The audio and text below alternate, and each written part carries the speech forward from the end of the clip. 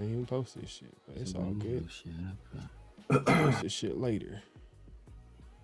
Woo! I don't know who won in that game, but you know, it is what it is.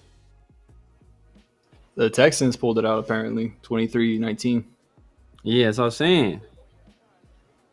Hey, Texas, they're turning around their season, bro.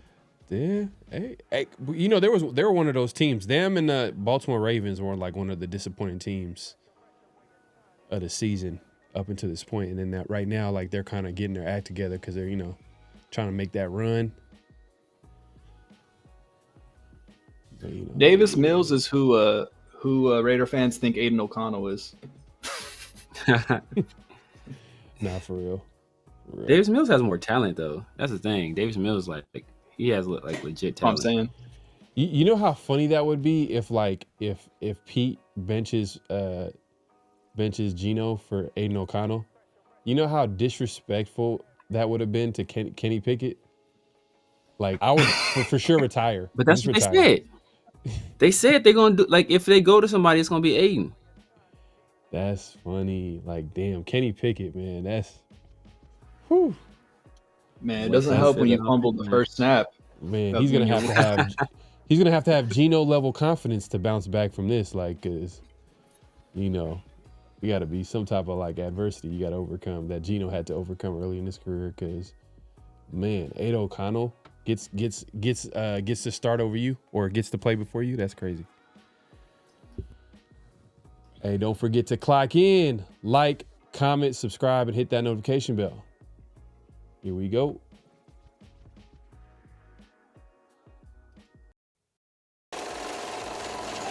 Great Pharaoh.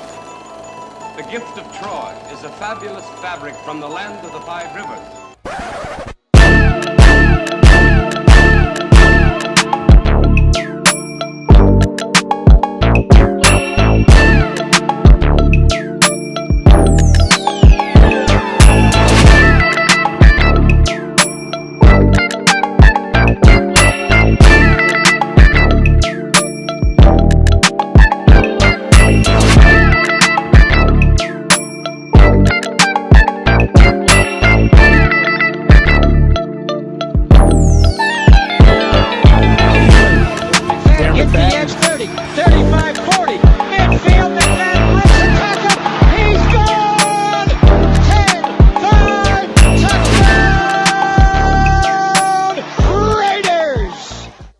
Years ago, when we came to Los Angeles, I really believed that the greatness of the Raiders would be in its future.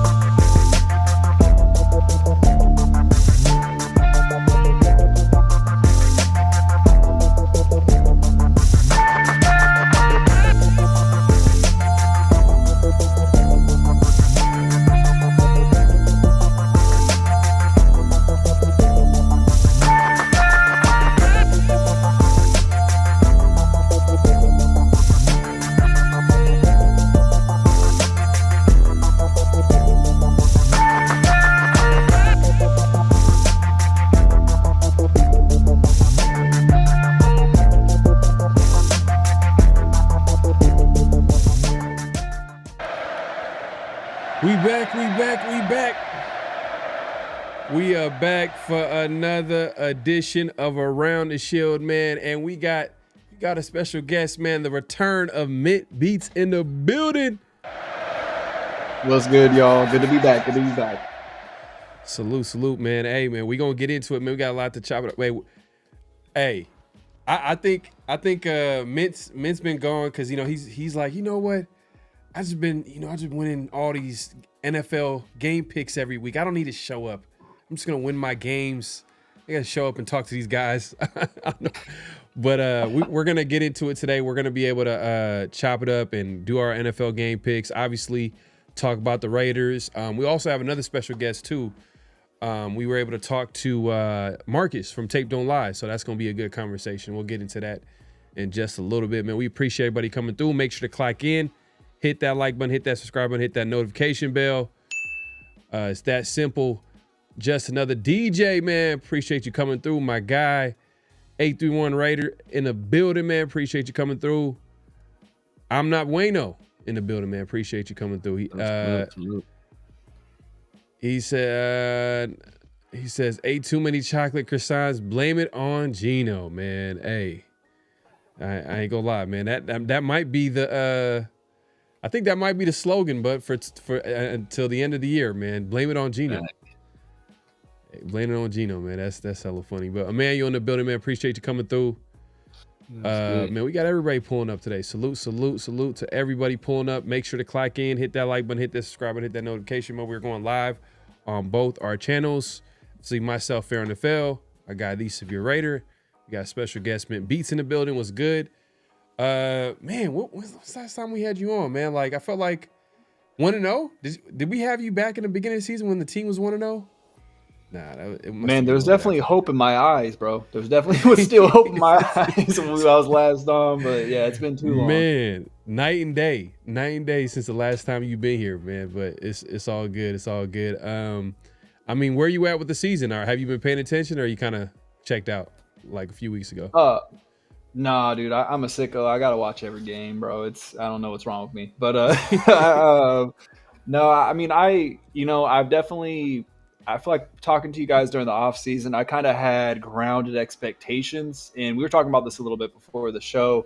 Those kind of elevated a little bit after week one. I was like, oh, Geno Smith might actually be able to make this happen with us. Our defense might be better than we expected it to be, after losing all those pieces in free agency. But then reality kicked in, and at this point, I don't think a lot of Raider fans realize this, but we're at the, when they say tear it down to the studs, we are at the studs right now. Like, that's what these 1-year deals, 2-year deals are for these old folks. It really is the bottom of the barrel. This is what the season is, and that's where my expectations are. It's just a development season. Obviously, we haven't seen a lot of young guys play. I'm hoping that changes, but we'll see. Yeah, we'll see. Yeah. It's a developmental season when no young players playing. What kind of season is this? Like, it's a wasted season. But there is 7 games left. Hopefully, Pete comes to his senses. Hopefully, Caleb Rogers gets on the field. Even throwing Charles Grant. I don't mind. I mean, yeah. I know they don't want to throw him to the fire, and they know, like, drafting him, he's kind of a little bit of a project, and they want to bring him along slowly, but hey, this is like free reps. I'm just because there's no pressure. Like, there's no pressure to win. Like, it's about you going against NFL competition, live reps. You're not going to get that during the offseason. You're not going to get that, and even in the preseason. This is real live reps in the NFL, like NFL regular season, I should say. Yeah, and the thing that was apparent to me out of the 2 linemen that we drafted, I think in the 4th round, right? I think Grant looked the best out of both of them. Like, he had really good, he had a really good anchor. He was really great at recovering. He was definitely learning on the job and wasn't strong enough yet playing against backups. But I really want to see him play, and I think we're going to see Rodgers before we see Grant. Maybe they're protecting him. They really want him to get that redshirt year, but if they're doing that to him, I'm like, bro, why didn't you do this to Dante Thornton? You know what I mean? Like, because I really like the traits and stuff, but he's clearly just not. He's not ready to be a consistent NFL player, and I think he can get there. But I think with guys like that, because he seems like a very like high, very low. He's a rookie. You know what I mean? These kids don't know how it is to play 17 games in the NFL season. Yeah. I feel like someone like that would have benefited from a redshirt year. I don't know the like picking and choosing of like, we need this guy now, we can let this guy sit. It's just kind of peculiar to me, but yeah, that's. And then, meanwhile, the guy that's supposed to be day one ready has a hard time getting on the field. In Jack Besh, guy that you drafted in the second round. That doesn't make any sense. That's probably going to get Pete Carroll fired. Stuff like that, like where you're not getting you're not getting guys, like you're picking and choosing to put guys out in the field, especially like the first 3 rounds. Like, look, what are they? Darian Porter. That's supposed to be a Pete Carroll guy. Like, that's a guy that has the measurables. And from what we've seen, look kind of decent out there. He don't look bad enough where he shouldn't be out there. He looks good enough where he should be out there and getting those reps. And you could start with Jack Besh. You can keep going with Darian Porter. You can keep going with Caleb Rogers. I know the D linemen are getting in there, but JJ Pegues was a healthy scratch too as well. But that's Tonka played at least. Tonka played. Yeah. I mean, Cam Miller, throw him out there. But they're not gonna do that. They're not gonna do Cam Miller. They're not gonna do Cam Miller at all. We all know why Dante Thornton is playing, but we all know why he's playing. Yeah. That's Pete Carroll special right there. That's Mr. Compete himself. Yeah. That being said, we were able to talk to my guy. Oh, I'm freezing up right now. Hold on one second. But yeah, so we're able to get a chance. We were able to get a chance to talk to Marcus from Tape Don't Lie, and had an interesting conversation talking about the draft, quarterbacks, the season, Chip Kelly, all that good stuff. So let me go ahead and set that up. If Severe, if you could hit up the chat real quick. Yes, sir. Shout out. Just another DJ. Pete is picking and choosing who he wants to play, and it's backfiring in his face. Yeah, I mean, and we heard it early in the year, like right around the time the Jermaine Pratt stuff was happening, right? We heard there were rumblings coming from the locker room that, different guys were being held to different standards. And essentially, there were people that were like in the Pete's doghouse, or there were people who, he had an affinity for. And that was just based purely on nothing on the field, like nothing in the study room or nothing in film sessions. It was all just whether you're a Pete guy or not. And we heard those rumblings then. And, obviously we all know that we cut Jermaine Pratt, and shortly thereafter, Patrick Graham kind of voiced that he didn't want, he was against that move. And, at the end, it became very clear who was behind that move. So we've been hearing it for a while, man. Chip Kelly let it slip that Dante Thornton was the guy that Pete Carroll suggested in the draft. Me and Pharaoh both felt he was overdrafted. He's a guy Pharaoh, liked and showed him to me. I liked him. We thought he was like, a 6th round guy. We overdrafted him, and he's day one starter. Essentially no competition, for that starting job. Like, why? And then it came out, Pete Carroll suggested this draft pick. So he was a Pete Carroll. So it's all lining up, man. It's pretty sad. Yeah, it is what it is, man. But here goes our conversation with Marcus. We'll be back to continue the conversation, obviously do the NFL picks, but here we go. We back with another guest, man, and we got the return of Marcus, host of Tape Don't Lie, in the building, man. Appreciate you coming through. Thanks, guys, for having me. Appreciate it. Yeah, man. Hey, look, it's been a minute, but I guess it's a good time to talk to you because right now we're looking at quarterbacks. We're like looking forward to the drafts, looking at moves that can improve this team. I mean, what are your thoughts on the season so far? Just ugly, man. It's just ugly all around. It's just there's no other way to explain it. It's just ugly. It's just ugly season. It's disappointing. I'm sure everybody at least thought they'd be mediocre. I mean, this is a bad team. This is an awful football team, at this point. And, from like a coaching perspective, from, how they're personnel perspective, from how they're handling things, and how they're still trying to like turn the season around is bothering me too. Like that's I don't know what that shit is about. But it's this whole season has just been ugly. And to be honest, like I don't know what they do after this year, because they had a tough decision.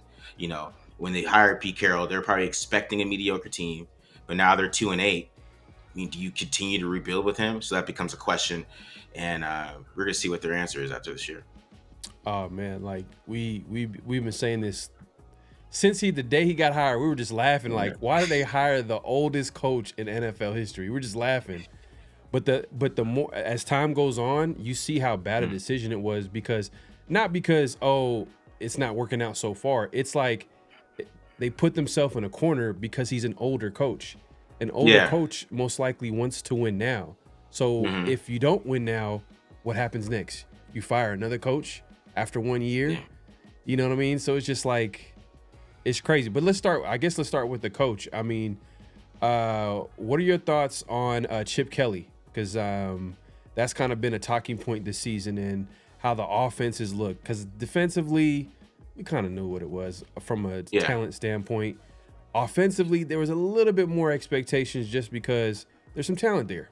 Brock Bowers, you drafted a running back number 6. They drafted a second-round pick.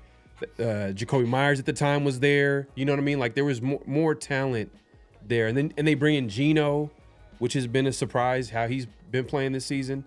Do you put that all on Chip Kelly, or do you feel like it's a combination of the talent and also coaching? One thing I put on Chip Kelly is the run game. I think his run game is just so simple, and it's just so easy for teams to key on. They do the same looks. It's hilarious. My last Taped Online just dropped. I kind of went back to the Bears game, because that's a key game with the run game, right? I mean, they kind of switched it up. They went more under center. They ran for like 200 yards, right? But they're still doing those run designs from that game. And that's on film. That was, 7 weeks ago? So, like, the goal line play that they got a safety on this week was the same exact goal line play they ran against the Bears on their own 1 yard line. The same exact play. Trey Tucker went to the same exact spot, and the Cowboys just drive on it. And if Chip's calling card is supposed to be his run game, because I think from a passing perspective, his designs and stuff is not that bad. I think from a passing perspective, it's not that bad. That kind of goes back to Geno and the offensive line. But Geno's how he's handling the pressure too, from how he's getting from the offensive line, is a little bit of a question mark. And why I think that, I mean, if they're smart, they just move on, because we don't need a 35-year-old guy who had a good 3 years and now he's back to looking like how he was when he was a young player. You're not going to see any more growth. He's only going to get worse, because if the guy's not a superstar, I mean, you only see like the staffers and those guys play until they're 40, right? Yeah. So he's kind of done at this point. But yeah, I think Chip's part of is the run game is just so disappointing. It's just so simple. It's like he's still trying. It's like he still has to hash his in college football. Like he had this one play where Genty was on a toss, but he got like -2 yards or something like that. But it was like a fake counter with the toss weak, right? I mean, yeah, if you have like Trayvon Henderson and you're playing Indiana or something, like, yeah, he's gonna get around that sideline. But no, it's not gonna happen here. So if you have an elite running back, is what you're telling me, you gotta get around the sideline. It sounds like that's what you insinuated. Is that I might have heard that? Maybe I interpreted it wrong. Ohio State. I was talking about Ohio State, but I see where you're going with that there. Yeah. Okay. So I have a question for you to kind of extend on that same topic, because I know when we first made the Chip Kelly hire, I know you were talking about, one of the things you brought up was, hey, what, his run game is crazy. Like the stuff he does, the creativity, all of that is crazy. His passing game, there was some limitations. On the flip side, Brennan Carroll is the run game coordinator. I don't know if you watched any, and you live in Arizona. He was the offensive coordinator for Arizona State. I don't know, or not for Arizona, the Wildcats rather. I don't remember. I don't know if you recall any of the run game there, but I don't recall any of those guys being like, oh man, their run game. Like, back then it was Fafita and Tetaroa. So we all know the run game coordinator's job is to do what? Design the plays in the running game. So the plays you're seeing now from the run game, are those the same plays you were seeing from Chip Kelly when he was at Ohio State or UCLA? Because I know on Twitter you said his stuff last year looked more pro style at Ohio State, looked more pro style than his stuff this year. So that leads me to believe that there is an obstacle between what he was running then and what he's running now. I think now he has more freedom, because if you pull up like the let's say I did this when he got hired. Pull up his old Oregon run game. That's what they're running. They're running is like his Oregon stuff. A lot of his Oregon stuff. I think when they tried to make the change to under center a little bit, I think that's when Brendan Carroll got involved a little bit, because when Brendan Carroll was at Seattle and he was the run game coordinator there, and became the offensive coordinator, they ran more of like a pro style with Chris Carson, and they're actually pretty effective. So I don't know how much is Brendan Carroll. I think Brendan Carroll is more showing up on these guys not developing as offensive linemen. Like the way Will Putnam looked, that's Brendan Carroll. Because why the hell is he looking like that as an NFL player? I mean, aren't you? What technique are you teaching these guys? You know what I mean? That's when Brendan Carroll comes in, is the technique that some of these guys have, and why they're getting there. Why is putting him even out there, and then why is he looking like that? I mean, that's on the offensive line coach, in my opinion. And then, Rodgers not being able to play is on the offensive line coach. Charles Grant not being able to develop to play, that's on the offensive line coach. So I think those are really things that are showing up on the offensive line coach. But I still think Chip Kelly is running what he likes to do. And that's what pissed me off, is that he went back to Oregon. He went back to that. He came to the NFL and he started wanting to do air raid stuff, right? So it's like, that was my whole problem with him.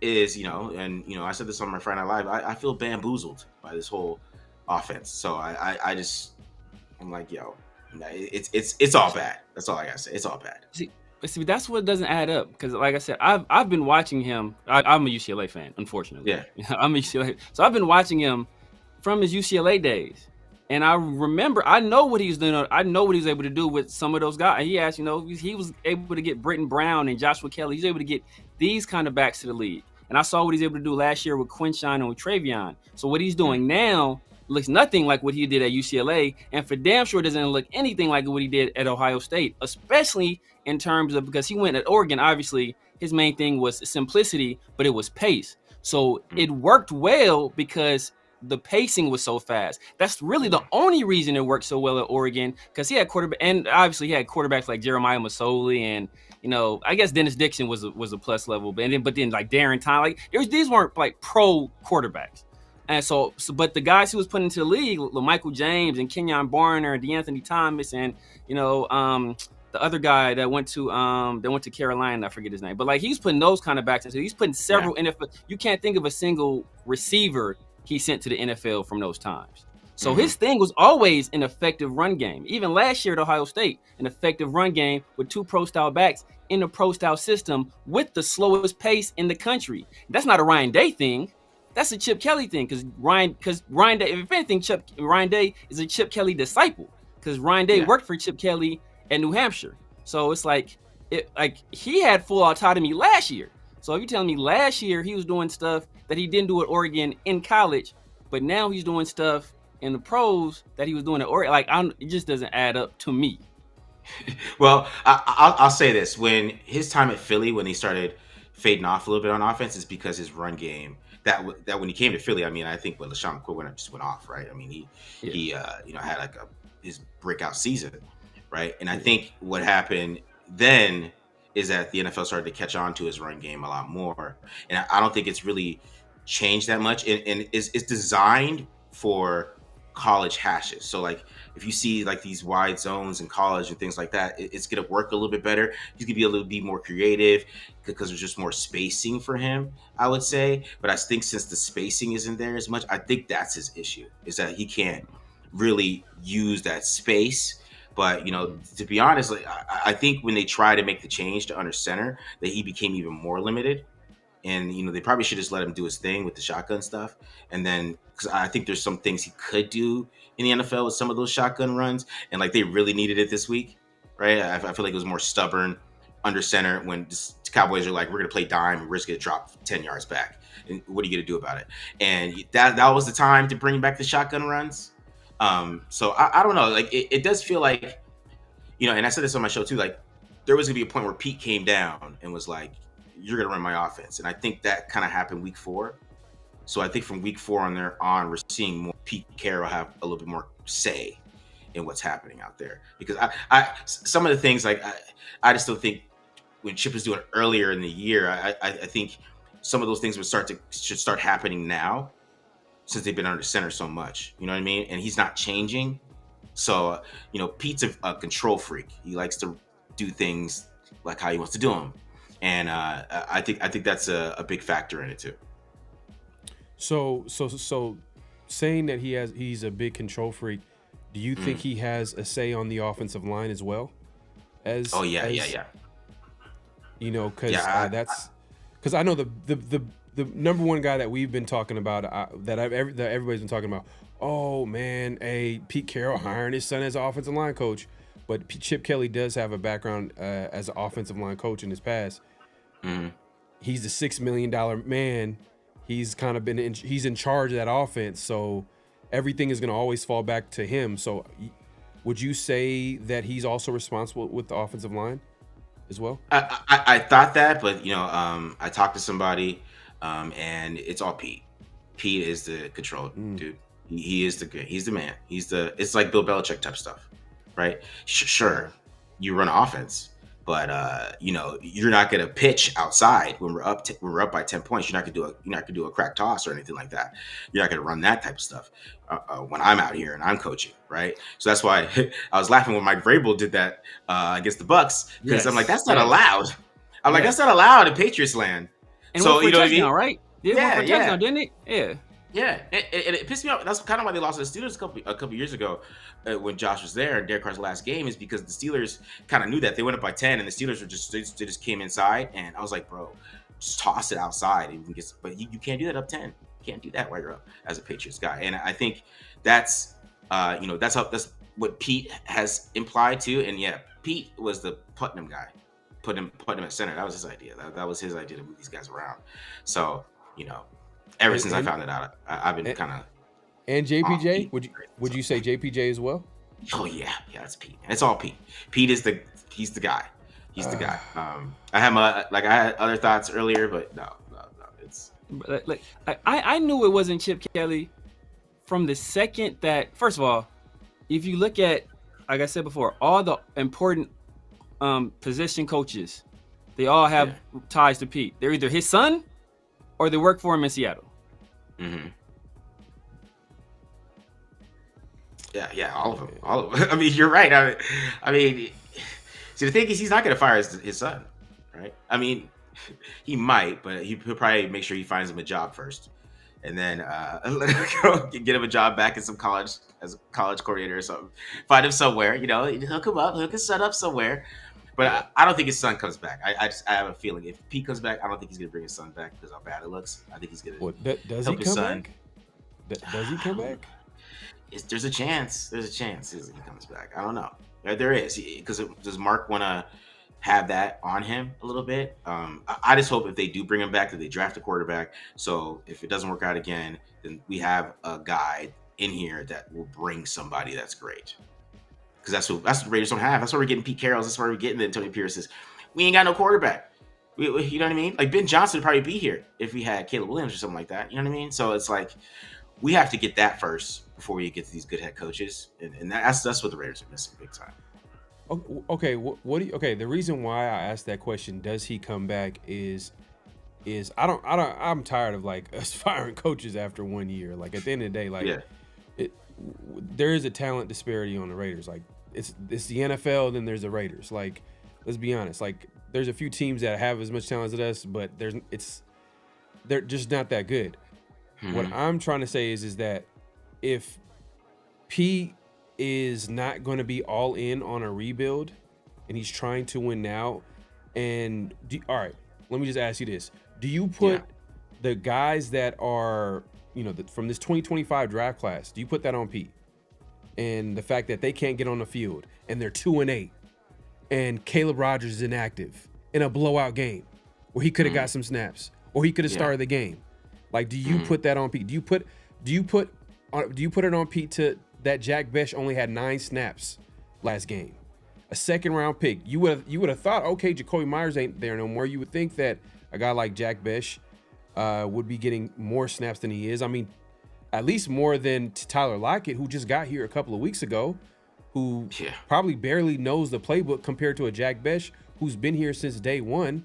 So it's just like what, like, how do you bring a guy like Pete back if he's just doing whatever he wants to do and disregarding the Raiders' future? Yeah, that's my issue. Is he's still trying to turn the season around? Like, I mean, that's why you bring in a Tyler Lockett, right? You're 2-5. Okay, let's bring in a veteran wide receiver. Right. Maybe get him and Geno have a lot of chemistry. Let's work this out. Maybe we could turn the season around. I mean, like, nah, bro, like, you're bad. So let's get through the season and play young guys, and let's get to it. And to be honest, he's never had a problem playing young guys. That's what's weird about it to me. You know what I mean? Like, Richard Sherman, those guys played, right? It ain't like he just didn't like let those guys play, right? So. Yeah, it's true. He knew he had time. That's a great point. Yeah, but you know what I mean? So it's the win now mode. Like, are they is Pete gonna want to go get another veteran quarterback, or is he gonna try to, fire Chip and then say that I can save Geno with somebody else? That's what I'm scared of too. I'm scared that he's gonna blame it all on Chip Kelly messing up Geno Smith. When to me, like I talked about earlier, Chip Kelly's passing game is fine. If the Raiders had a halfway decent quarterback, we would just be talking about the run game and how Ashton Jetty's probably disappointing or whatever, and Geno Smith would be playing well, right? Because it's there. Like, I could show it all over the film. There's open guys everywhere. Trey Tucker's having a better year than I ever thought he would. But, the quarterback has to throw it accurately to him. So he's not doing that. So I think that excuse is there where he's going to fire somebody trying to bring Geno back, which would piss me off because the Raiders need a quarterback that is young. Right. And can give us some damn hope. You know what I mean? Yeah. So. No, I agree.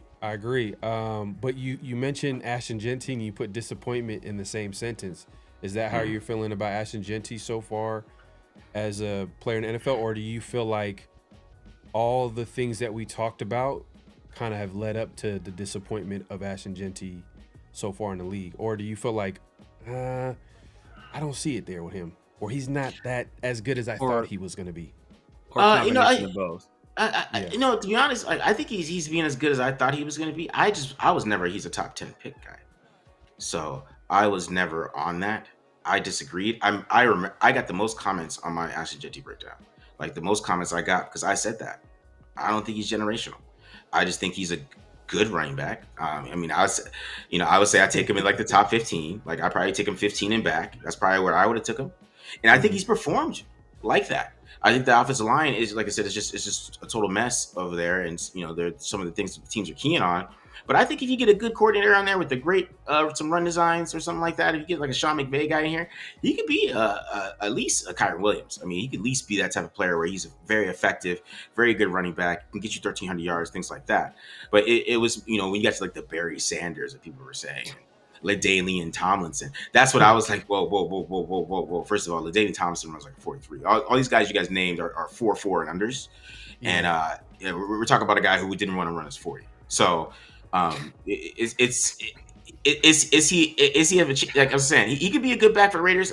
I think he's a way better, not lately, but throughout the season, he's caught the ball pretty well. I think he's blocked a little bit better than I thought. So he's a good back.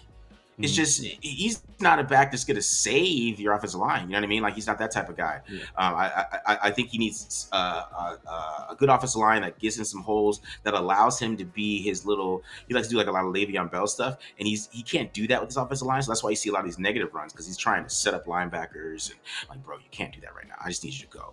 And get what you can, and when we get a better offensive line, then maybe you can see you try to play a game with the linebacker and fake you're gonna go this way, go this way. You can't do that right now. You could argue that he kind of did it on that safety, Oh my god, where he just a complete stop. Like, why are you stopping in the end zone? Like you need to get outside the end zone. It's too risky to do that. It's too risky. You're big as hell, and he moves people too. Like you're big as hell. Just go get 4 yards. You know what I mean? I think he I'm telling you, he's trying to be Le'Veon Bell, bro. He sees a linebacker. He's trying to play a game. And like Bobby Wagner was like, ha ha ha! I just showed up right where he was going to go one time. Like it's not. Look! I brought up that exact same run. that exact same run in that game. I brought up like, bro, Bobby Wagner fooled him. Yeah. It's Bobby Wagner. You know what I mean? Yeah, that's my point. Like, it's kind of funny that he does this stuff. Yeah, so. Yeah. You've been watching our show, man. You've been watching our show, bro. Everything you said is the stuff I've been saying. All I hear is all severe. It's everything. It's like, bro, if you draft a guy at 6 at running back in the deepest running back class ever, he has to be able to overcome something at some point. We've seen him one-on-one with corners and get tackled one-on-one with corners. I've seen him one-on-one with corners and elect to run out of bounds. Like, this cannot be happening if you're drafted 6th overall. When you get these opportunities, you have to show in those opportunities, I am different. I am different than anybody you've seen. And I called him David Montgomery. Kyron Williams is good too, but I called him David Montgomery, except I don't even think he's as shifty as David Montgomery. Look, hey, I don't look. The thing is, let me play, because I'm always playing devil's advocate, because it is what it is. Like, just to bring some balance to the conversation. All right, so what I've been saying to Severe, right? Because you're on Severe's corner right now, but not to say you're on his corner. You're seeing what you're seeing. So I'm not saying that you're wrong. But what happens if the Raiders were like, you know what? We need talent. We need talent everywhere. And the one of the highest rated players that we have on our board is a Ashton Jeanty. One of the safest bet to be a good player in the NFL is Ashton Jeanty. You got a new GM in Spytech who probably, you want to make sure his first draft goes smoothly. You take an Ashton Jeanty, and then it doesn't hurt that Pete Carroll probably is probably banging on the door for him, like he's like literally like draft a running back, because he's draft running backs in the first round. This is not his first rodeo. Like Pete is all in on drafting a running back in the first round if he doesn't have one. So I'm sure Ashton Jeanty was a guy that he probably influenced as well. But what do you think? Can you look at it from that perspective of like, all right, we need talent? Because think about it. If the Raiders, obviously they drafted Ashton Jeanty, the following year, if they invest in the offensive line and then he's balling year 2, 1,400 yards, 13 yards, or whatever, you know what I mean? Whatever productive numbers you throw out there, do we remember the year 1? Do we talk about the year 1? It's like, do we take an offensive line now, or do we take a running back the following year? You know what I'm saying? Like, it's just the chicken or the egg. Like, no, honestly, like I said, I still think he's going to be a good running back. I'm not saying that he's going to be a bad running back. I think he's going to be a good running back, and I think if you bring in a young quarterback, I think he's a great fit for that, right? And like I said, you bring in somebody with just a more developed run game, I think he could do it. I think somebody who sticks to power with him too. I never thought he was as a good zone back, and it's kind of showing at times. And I believe if you kind of get a guy who sticks to power and things like that, I think you could make it work with him. And then, like I said, and he work play action off it. I think you could really help him with or help a young quarterback that comes in. So I think that is kind of set there. But that's what I'm saying. Like, if they build the offensive line and allow him to do his thing, that gives him more patience, where he can use all his patience and things like that, and a lot of the things that he does really well, I think he can get have a jump next year, right? And that those things can happen, because I see it. I see that he could be like a 1,200, 1,300 yard back. It's just he's just not gonna help this offensive line, right? So that's kind of what I'm saying. Yeah, right. It's true. I mean, my point to my kind of counter to that is, like, if a guy was injured and you was like, you know what, he's really not going to be good or effective at all this year, and no matter how good of talent he was. I remember Bijan's running mate at Texas, I forget his name, was it Rashad Johnson? Was that it? And everybody was like, he's going to be a dog. He's going to be a monster, but he was hurt. He went late. So if a guy was injured and like, he may not be good this first year, you don't draft them in the first. You don't waste a year. You don't. They don't get guys that are hurt or not expected to be effective year 1. They usually don't get drafted in the first round. Like, you can't punt on a year in the NFL. But I don't think they expected that though. I think that was like a worst case scenario. Like, I'm sure they look like, when you make sometimes when you make decisions in any type of situation, you're gonna think about all the scenarios. All right, best case scenario is this. Worst case scenario is this. I don't think they thought the offensive line was going to be this bad. if they thought it was going to be this bad, I think they probably would have probably picked up some guys maybe at some point earlier in the draft. But yeah, that's true. Yeah. Who would you? But you brought up quarterbacks.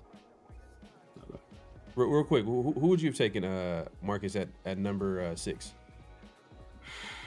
I mean, probably Mimbu. I don't know.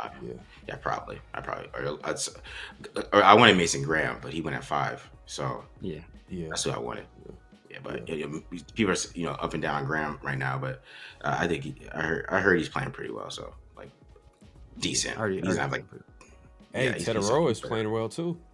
Tedero. Oh, yeah. That's what I want. They could have took that too. Yeah. I wanted Tedero or Will Johnson. Obviously, there was a scenario where we could have had both, and we didn't get either. Oh yeah, Will Johnson. See that's a peak problem. His arms are too short, but that obviously doesn't matter. So yeah, man, that's wild, man. Go ahead, Severe. You was about to talk about the quarterbacks.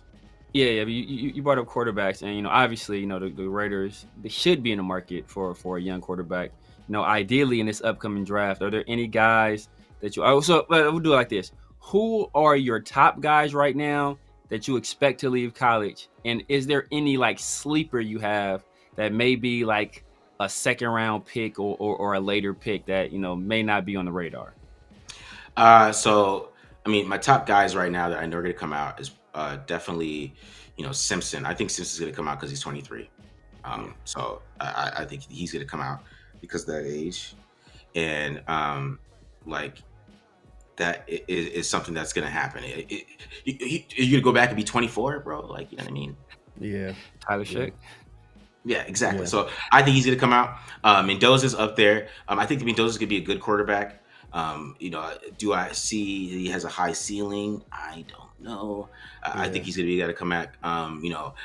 Dante Moore is a good quarterback too. I think he has some limitations, but he just runs Oregon's offense so well. So he's kind of like a updated Bo Nix, in my opinion. I hate saying that about him, but like he's updated though. It's not like he doesn't have like the feet issues and things that Bo Nix handles under pressure. Moore handles pressure really well. Very poised quarterback, and he makes good decisions. But he runs that offense just kind of like how Bo Nix did, right? But he runs it really well. So I know that he's a guy who can come in and pick up an offense and just be a field general. That's what I like about Dante Moore. But I don't know if he's going to come out same with like Sellers. I mean, Sellers is the guy with high upside, and I think he's shown a lot of growth from year 1 to year 2, like just from being a pocket passer and things like that. I mean, there's still some issues, but I like the growth that he's shown. Like it's okay. The arrow's pointing up with you as a quarterback, and then you have this freakish ability. I like that. That tells me you're going to put the work in to get better.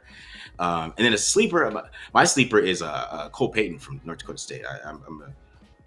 I'm not going to get too high on him yet, but I think that's a guy that's going to creep up on this draft because he's. Oh, that's your guy, man. That's your QB1. Just come on, stand on it, man. 6'3", 233. I haven't fully got. I haven't done that yet, but yeah, he's a big guy. He can run, man. He probably is around 4'6" at 233 pounds. He runs fast as Genty.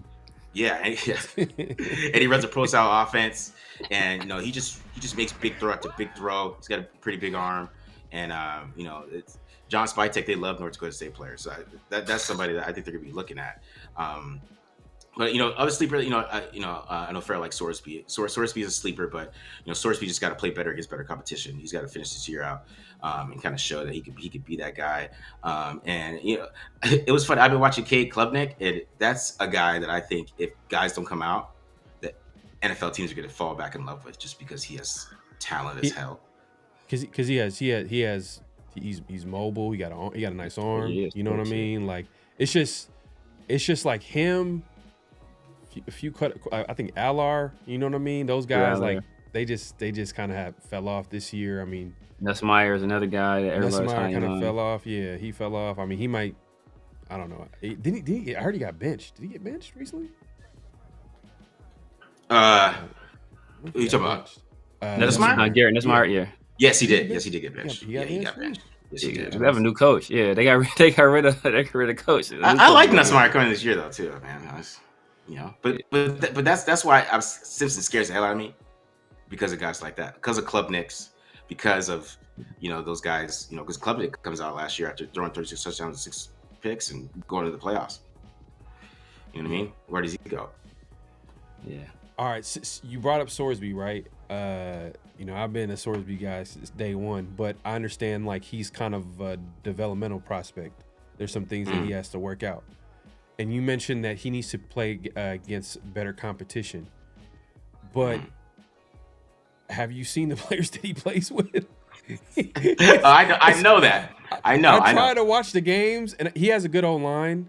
I know their number one running back has been hurt the last 2 games against probably, well, actually not against. Utah was probably a big game that they would probably want the running back in there. But, man, like, I don't even know. Are their receivers going to get drafted? I know they have a tight end that might get drafted possibly. But I thought he was hurt. I was telling you, Severe, I thought he was hurt.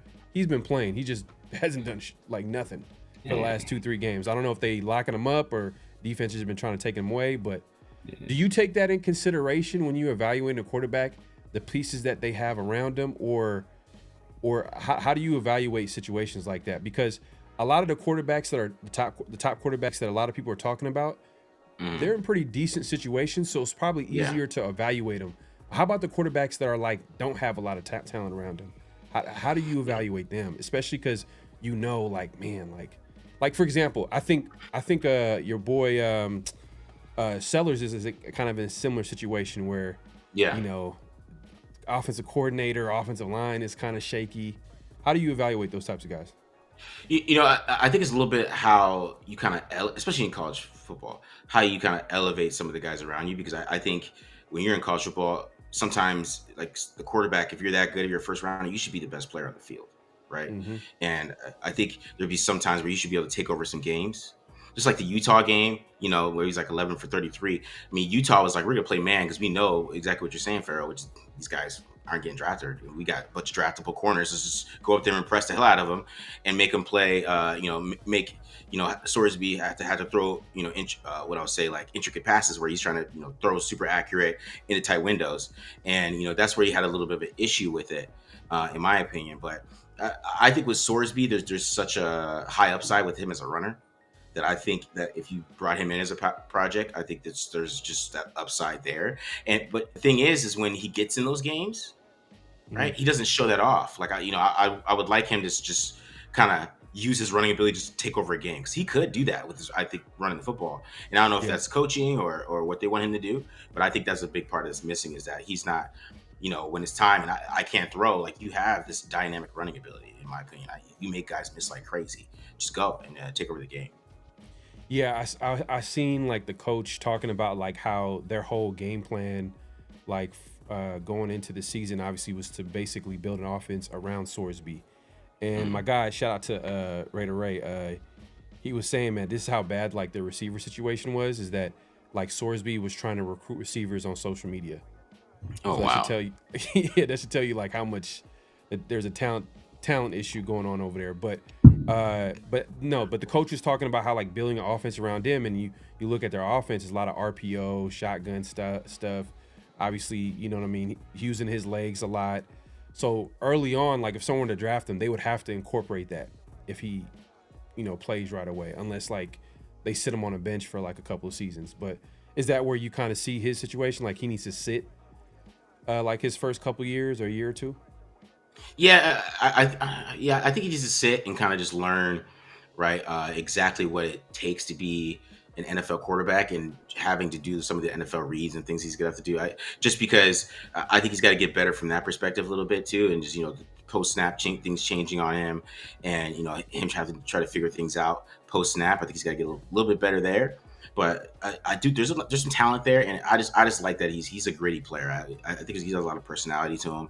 I think that's going to kind of show his leadership a little bit. I think those things translate to the NFL. So if he figures it out, and maybe it's something you could work on, but he just has to become a more consistent passer. To be honest, I mean that's really what he has to do. Right, yeah. And that's the one thing too. Like you're right about that Utah game. Like I was waiting for them to adjust and get that short passing game going, because it just felt like every play was just throwing it deep. And you kind of when you broke him down, like you actually pointed something out that I could see as well. Like he doesn't check it down. They don't. They don't check it down at all, which, man, like, you gotta adjust. It's hey, when you get to the NFL, man, that's the best of the best. Like, you're gonna have to like figure out ways to beat teams or whatever. Another guy that a lot of people, well, I won't say a lot, but he's a name that like is intriguing to some, especially a guy last year who, if we would have came out, probably would have been a first round draft pick. But you mentioned Klubnik, but another guy was Drew Allar. His stock has kind of gone all the way down. Do you see as an interesting prospect, or is it kind of like one of those guys like, I'll stay away from him? I would stay away from Allar because he's so talented and has size and everything. And he's just not good. So like, is it? You know what I mean? Like, why aren't you better? You know what I mean? Like, why aren't you dominating? You know what I'm saying? Like, it's James Franklin, it's this and that, but I don't know about that. I feel like if you're that size, I feel like you should be dominating, with that movement skills and the arm talent and the receivers you have around you, and the talent that you have around you at Penn State. You know what I mean? So I don't know. I just feel like it's something missing there. There's something missing. Christian Hackenberg. That's what I say. Yeah. I mean, I don't know about Penn State receivers, but I know they had like last year when he had a really good year, he had Tyler Warren. But this year, I don't know who's good on that side of the ball. But Penn State is a talented football team, just in other parts of the team, like the offensive line and the defense and stuff like that. But that's interesting, man, because I know Raider fans right now, we're looking at the draft. They're hoping for a quarterback. I know me and you agreed on this approach, and you mentioned it actually, was BPA, then trade up into the first or actually draft a quarterback in the second round. Is that how you feel no matter what, or is there guys where you're like, we're going to have to take this quarterback? Well, it depends on how high they're picking. When I said that, I was thinking maybe they'd finish 7, but like at this point, they might be like 3 or 2. If they're 3 or 2, they got to take a quarterback. I know, Arvell Reese might be, there or something like that, or make changes. I know this is going to be tempting, but man, I mean, if you get the choice at the first quarterback, or you're in a position to trade up with the Titans and get that choice, I think you got to just do it at this point, man. They have to, man. I just don't know. Like, you can't rebuild without a quarterback. So, like, we got to get a quarterback, and then we can really start a rebuild. You know what I mean? Like, they had Derek Carr here. Derek Carr left. You haven't started the rebuild because you haven't drafted his replacement to start the rebuild, which is how you do it. The Patriots, they did all these ugly stuff, and now they got Drake May, and now they're moving, right? And it just keeps going and go down the line, right? You can't move on from a quarterback that's somewhere for a long time without drafting that guy. And maybe you can get lucky like the Lions did with Jared Goff, but that's most of the time that's luck if you go with a veteran retread, and how good do they actually become? You know what I mean? They're still like that old guy that got him traded is still there somewhere, and you see it when Goff gets in certain playoff situations. That guy that got traded for a reason, right? And I think that's kind of the thing when you go with veteran retreads. But yeah, you have to draft a guy, and hope you hit on him and hope you draft the right one. But we'll see what they do with that and who they actually draft at that quarterback position. It's the Raiders, man. They might just shock us with who they take at that quarterback position. Man, yeah. 'Cause I just keep thinking about 2 things. 2014, Khalil Mack in the first and Derek Carr, and then I look at what the Giants did this year with Abdul Carter and then following up with Jackson Dart. Because, like, you don't get lucky, because people, talk about Jared Goff, he was 1 year removed from a Super Bowl appearance. Like, not like he was just, some bum, let's give this, he went to the Super Bowl. So, I think he had, a 5,000-yard season or something like that year. So, not like he was just some cheeks quarterback. He wasn't, Geno, it's not Tua like Tua is now, where it's we get Tua in the building. It's nothing like that. I mean, obviously they were just disappointed with his performance in the playoffs, and then I think he got hurt that year too. So and they were trading Matthew Stafford, who a lot of people thought was just a guy that just was still a top quarterback, but just couldn't win. Obviously, you got Will McVay and proved that wrong. So I just keep looking at that, where it's man, if a guy like Arvell Reese is there, like, man, like, you know, like I know quarterback is important, and I always talk about, like, I think every quarterback in last year's playoffs outside of Jalen Hurts was a first round pick at some point. Yeah. And I think 2 years, the year before that, it was like all but two, and it was Dak and Jalen. So I know the importance of a first round QB, but Aristo. Yeah. Yeah. I'm with you on that. But the defensive lines, top guys, they're crazy. Insane. They're insane because he, like, Peter Woods is ridiculous. It's Clemson, right? Yeah, he's nuts. And as bro. Bane's probably gonna fall though. I think Bane's gonna fall because he's just short and stocky. Yeah. And part of the reason why I like that BPA approach, and I hear you, like, if it's early, then I could see, like, I really could see the Raiders have no choice but to draft the QB, because I could see Mark just be like, you gotta draft him. You know what I mean? Just and that's a whole different conversation. I don't want to bring up the Mark days because that shit gets me a little mad. But it's just, I'm just looking at this team and how much talent they need, and I'm not really, like, excited about this QB draft. Like, it's just it's a whole lot of, like, he could be good. Yeah, he could be good. Or it's a whole lot of, like, we have to, hopefully we develop him. You know what I mean? Like, and that's not even a guarantee. Like, even though I like Sorsby, I know there's a little developmental curve. I actually want to, real quick, what do you think of this comparison? An athletic Derek Carr. Who, for Sorsby? When he first came out. Because Derek Carr kind of came out with a lot of, like, footwork issues and, like, you know, he came out of that Fresno State office. I mean, he had productive years. I'm not gonna lie, but he had Devontae Adams, though. Productive. Yeah, but he had Devontae Adams. He had Devontae Adams. He didn't have no Devontae Adams. No, he did. I don't know, because Sorsby just runs so well. Like, he doesn't. No, that's why I said athletic. Like, it's just the arm talent. You know. The arm talent and release. You know, that's all.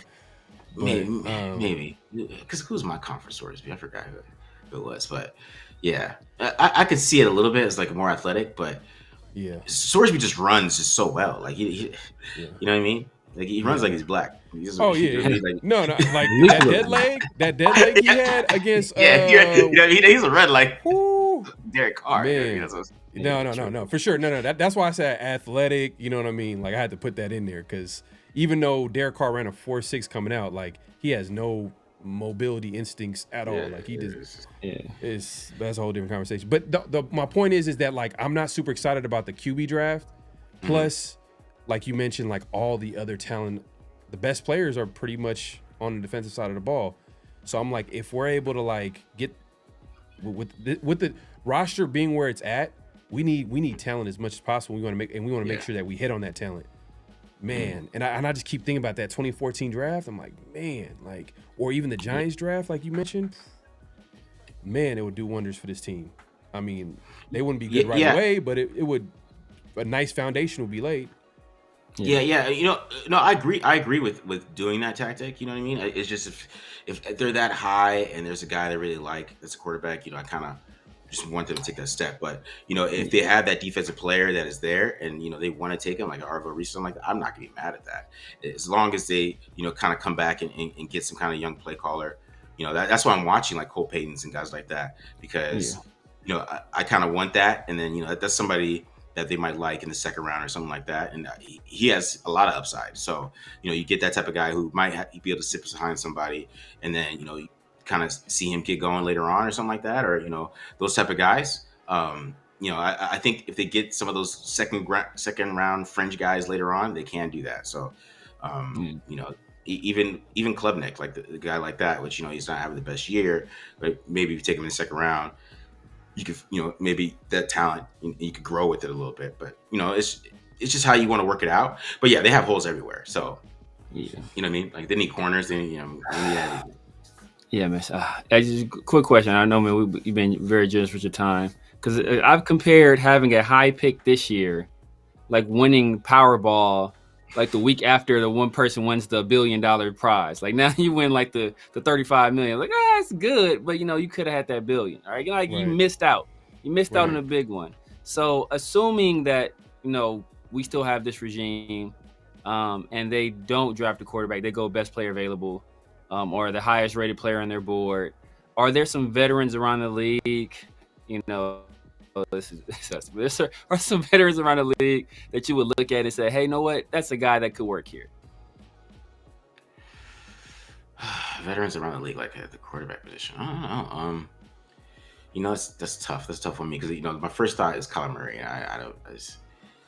It's hard for me to go there. It is. But no, I don't mind Kyler Murray as much people. I think Kyler Murray is a quarterback that can get it done, right? I mean, if you give him a great run game, like he has to have timeout. What is contract? I would not allow Kyler Murray, Ashton Genty, and Trey Tucker on the same offense. I would not allow it. It cannot happen. It cannot happen. Yeah. But the sharing onesies, sharing onesies and stuff. Like, no, I can't have this. Jetty would go off with Kyler because Kyler, his teams always have great run games, right? So I mean, that's the thing with Kyler. You at least have that. It's more about, you know, Kyler is like late in games. He can be up and down. He makes stupid decisions sometimes. He's more of like a bonehead quarterback. He's more like a Daniel Jones. So like I'm saying, you might bring him in and you might just get some spark, like the Colts are getting. But like, you know, when does the spark go out? And that's kind of my thing. And does it spark too much where we're like, oh, we're picking at 20, at 22, and then the spark is going out and we can't replace them? That's something like if you bring in Kyler or something like that, that would work. But I'm trying to think of what other quarterbacks could be available. I mean, you know, because unless like Lawrence or something like goes off, like, but I don't even see them doing that. It would have to be like, I don't know, what other veterans that are out there that can make it work. I don't know. It would be tough for me to do that at this point, but I think it depends on who's available. I think it all starts with coaching. So let's say, you know, I just have a feeling that, you know, Pete's not coming back, and if he doesn't come back, I think the Raiders' options are going to be limited to defensive head coaches. I don't think any offensive-minded coaches. It just seems like no offensive-minded coach would want to take a job here unless the Raiders really reach. They hire like some QB coach from like Wichita State or something like that. I don't know, like some where like no one is looking at him as a head coach prospect, and they make the jump like that. And the reason why I say that, you know, being a Raider fan, that's what Al Davis used to do. He made Lane Kiffin like the youngest coach of all time at the time when nobody was gonna make him a head coach, but he had to reach to get like guys that he wanted on as an offensive coach. So I'm saying that to say like a lot of the guys that I'm looking at are like the Chris Shulas, the Robert Saleh. I know like a lot of people are like Robert Saleh, but Robert Saleh has a lot of relationships with the Sean McVay and Kyle Shanahan coaching tree, and then same thing with Chris Shula. He also has that relationship. He's been with Sean McVay since 2017. So he has. So I'm looking at it from like, all right, two birds, one stone. Like you get this guy, good defensive minded coach, you're most likely gonna get a good offensive minded coach from that coaching tree. And I lost my train of thought. Where was I trying to take this? My point is that it kind of starts there, and where you can start connecting the dots on what types of quarterbacks that you would bring in from a veteran standpoint. And a guy that I'm looking at, but I don't think he's going to be available just because he won a few games with Brock Purdy out. Mm-hmm. And I was never a big fan of him when he got drafted. Mac Jones. Macaroni. Mac Jones, because Robert Saleh has relationships with, if Mike McDaniel gets fired, I'm not sure if that happens, but if he gets fired, there's a connection there with Mike McDaniel, just saying, or any other Mike Shanahan or Sean McVay coaching tree. You see how Mac Jones looks in that offense. He looks like a perfect fit for whatever they're doing there. So that could be a possibility too, as a stopgate, kind of a bridge quarterback until that guy gets developed. Or, you know, if you believe these rumors, Tom Brady kind of being all in on the 2027 draft. I don't know if you believe it. Yes, CJ Carr. CJ Carr. I don't know. Someone said that was not true. You know what I mean? Someone's telling me that's not true, but then I'm like, I'm seeing it everywhere. You know, I'm kind of seeing it all. So is this true? Like I haven't seen a clip of him saying it. I just see, you know, a lot of places saying that this is what Tom Brady said. He likes CJ Carr. He's the best quarterback since, Joe Burrow and all this type of stuff. But what do you think of that fit right there? Mac Jones. Are you high on him at all, or have you been paying attention to what he's been doing in San Francisco? Yeah, I think with the right offense, I mean, you can get it done with Mac Jones. I think, if you hire somebody like Chris Shula, who, is, of course, is Don Shula's grandson. So, I mean, the Raiders might get some better calls because in the competition committee connection there. But bring him in. But yeah, but I think you bring in Shula. Yeah, right, exactly. And then you bring in a good coordinator like that is probably an up and coming guy. I don't know. I think Mike LaFleur is the quarterback coach over there. He's the OC. So you might bring him. He's OC with McVay, but I kind of, that's kind of, I'm not gonna lie, people been throwing that combination. I'm like, I'm kind of, me and you, I think Severe, you're kind of like, well, he's an OC, it's be a lateral move, but he doesn't have any play calling. Yeah. Duties, but I don't know if that'd be good enough for him to get out of that contract, which I think because the Rams can still block it at that point. The Rams can block it, and the Rams not gonna let you take both the coordinators. But Sean McVay though is running the show. You know what I'm saying? It don't matter. Like, he's like, oh, okay, you want to leave? Let's put this guy here, and you could collect my copy. You can make copies of my plays. I mean, I'm just here to get you guys jobs, basically. You know what I mean? Basically. Exactly. Because I was trying to see who their quarterback coach is. Dave Ragone is their quarterback coach, and then Nathan Shahasi. Shahasi is the passing game coordinator. So it might be one of those guys. I don't know. Yeah, could be. It would be a good bet. It's just a good bet. Yeah. Like that's like if you were gonna bet on offensive minded coaches or that are not offensive coordinators, you probably would want to go to the Shanahan or McVay coaching tree because usually it works out. Unless your name is Zach Robinson, I don't think it's working out in Atlanta right now because there's been little questions about that, but. Yeah. Mike LaFleur's worked for both of those guys. Just saying. Mike LaFleur, who I said before Pete Carroll was hired, I would hire. Mike LaFleur has worked for Kyle Shanahan and Sean McVay. Yeah. And it's crazy too. They actually liked him out there in New York.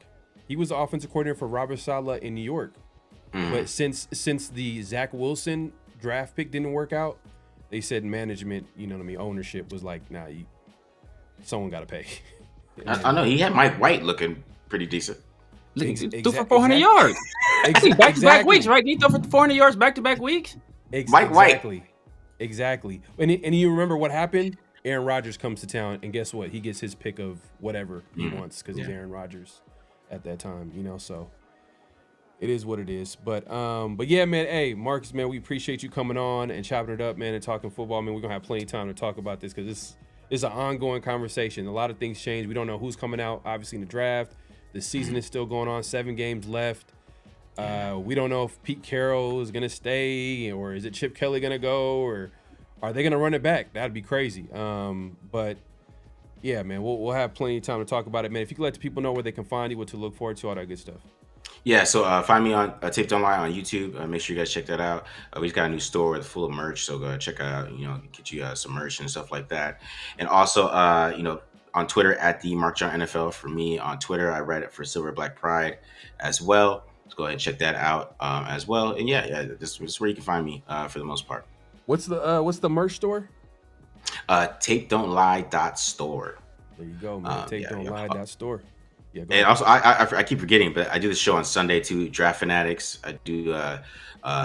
We've been doing quarterbacks. We're doing wide receivers this week, so we're breaking down some wide receivers. They like Jordan Tyson, so basically the best guys in this Concepcion. We're going to be doing a breakdown of those guys this week and kind of talking about their talents and stuff like that. So, give us a preview, man. Who do you like so far? Who's the guy that's standing out? Oh, I mean, Concepcion's really good though. Concepcion is was it Texas A&M or Texas he is really good. But I'm a little bit homer with this one, but I'm a Jordan Tyson guy because I think he's a Drake London part 2. Think he's who? Okay. Drake London part 2. Yeah, because they're about the same size and they have the same ability to move. Yeah. Yeah. Is he he might be. Is he faster? I think he might be faster. Yeah. Tyson can do everything. Okay. Contested catch, move, play in the slot. You can. That's why I think he's like Drake London because that's what Drake London is. You can move Drake London. Are you going to be looking at Tate, Carnell Tate? Oh yeah, him too. Yeah, Yeah. All right. Hey man, hey, definitely tune in this Sunday, Draft Fanatics. Yeah, yeah. There you go, man. Hey Marcus, man. At NFL Draft Fanatics on Twitter. At what? Say it again. At NFL Draft Fanatics on Twitter. So you guys see that. At NFL Draft Fanatics on Twitter. Check that out, man. I'm definitely gonna be checking that out, man. Appreciate you coming through, man. Hopefully we do this again soon. All right, appreciate you guys. All right, man. Peace.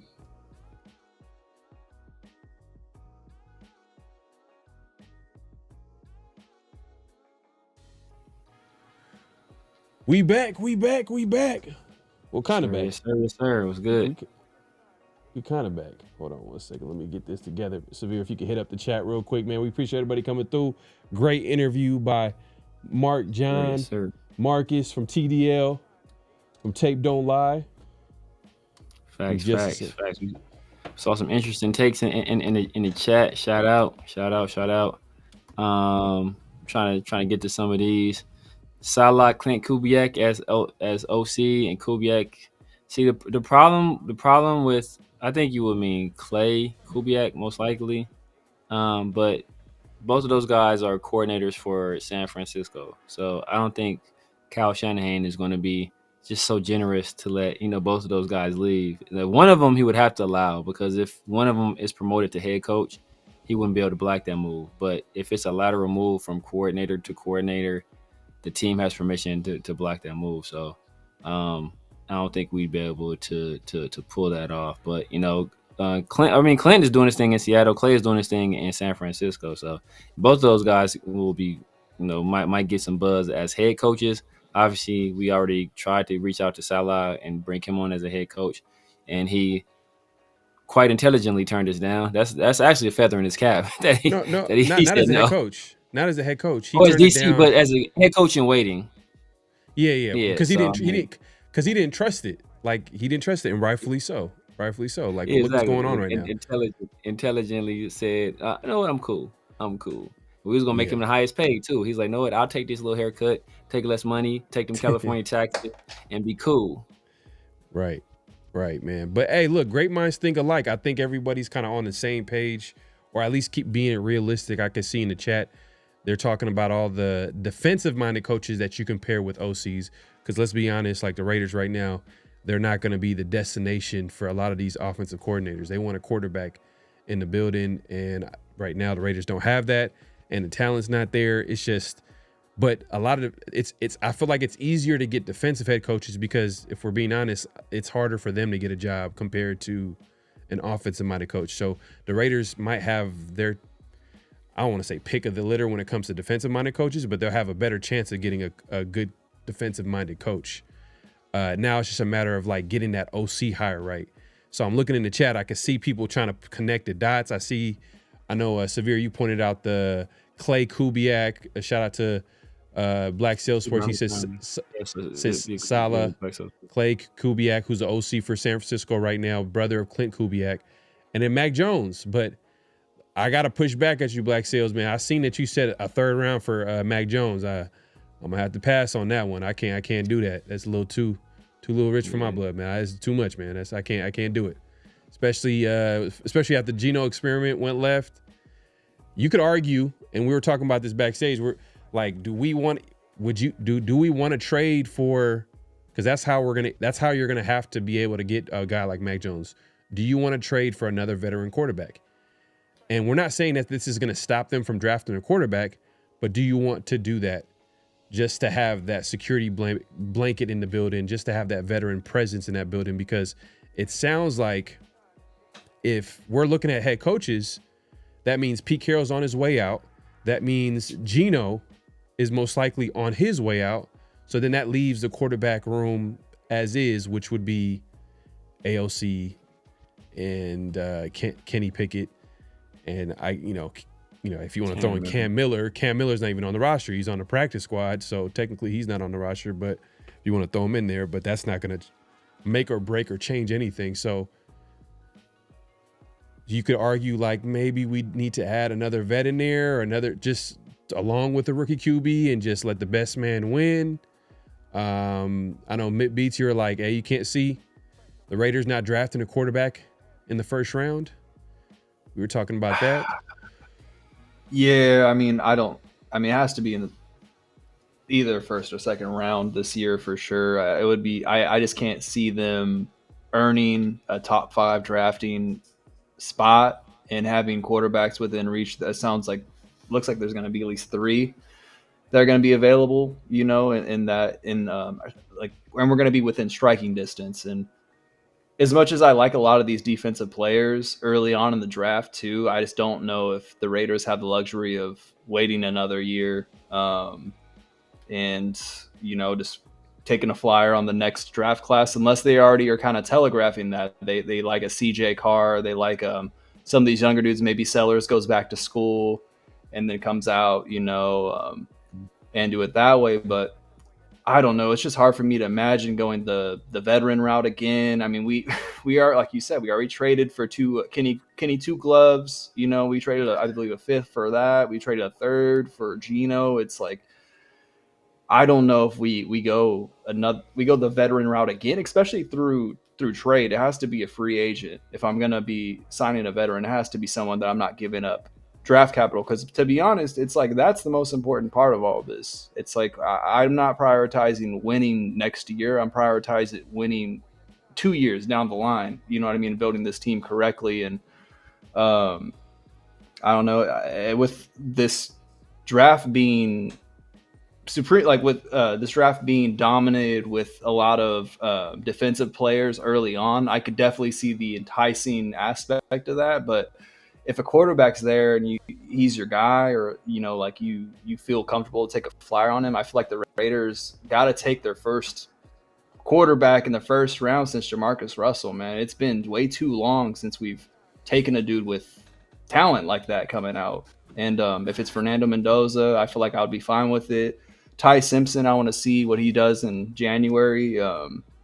But yeah, I feel like it's too early to be sure about it, but it's just hard to imagine not taking a quarterback in the first round. I hear you. I'm just not super like high on the quarterback class, like overall. And then I just look at the team itself and just like, man, like we need talent everywhere. And there's some great talent to be had, like in other positions. And I know Raider fans don't want to hear that, but I'm not saying don't draft a quarterback at all. I'm just saying just take the best player available. People don't want to hear that, but like I'm cool. Hey, I could see it working. It works in other places. It's worked for the Raiders in the past. Rinse and repeat.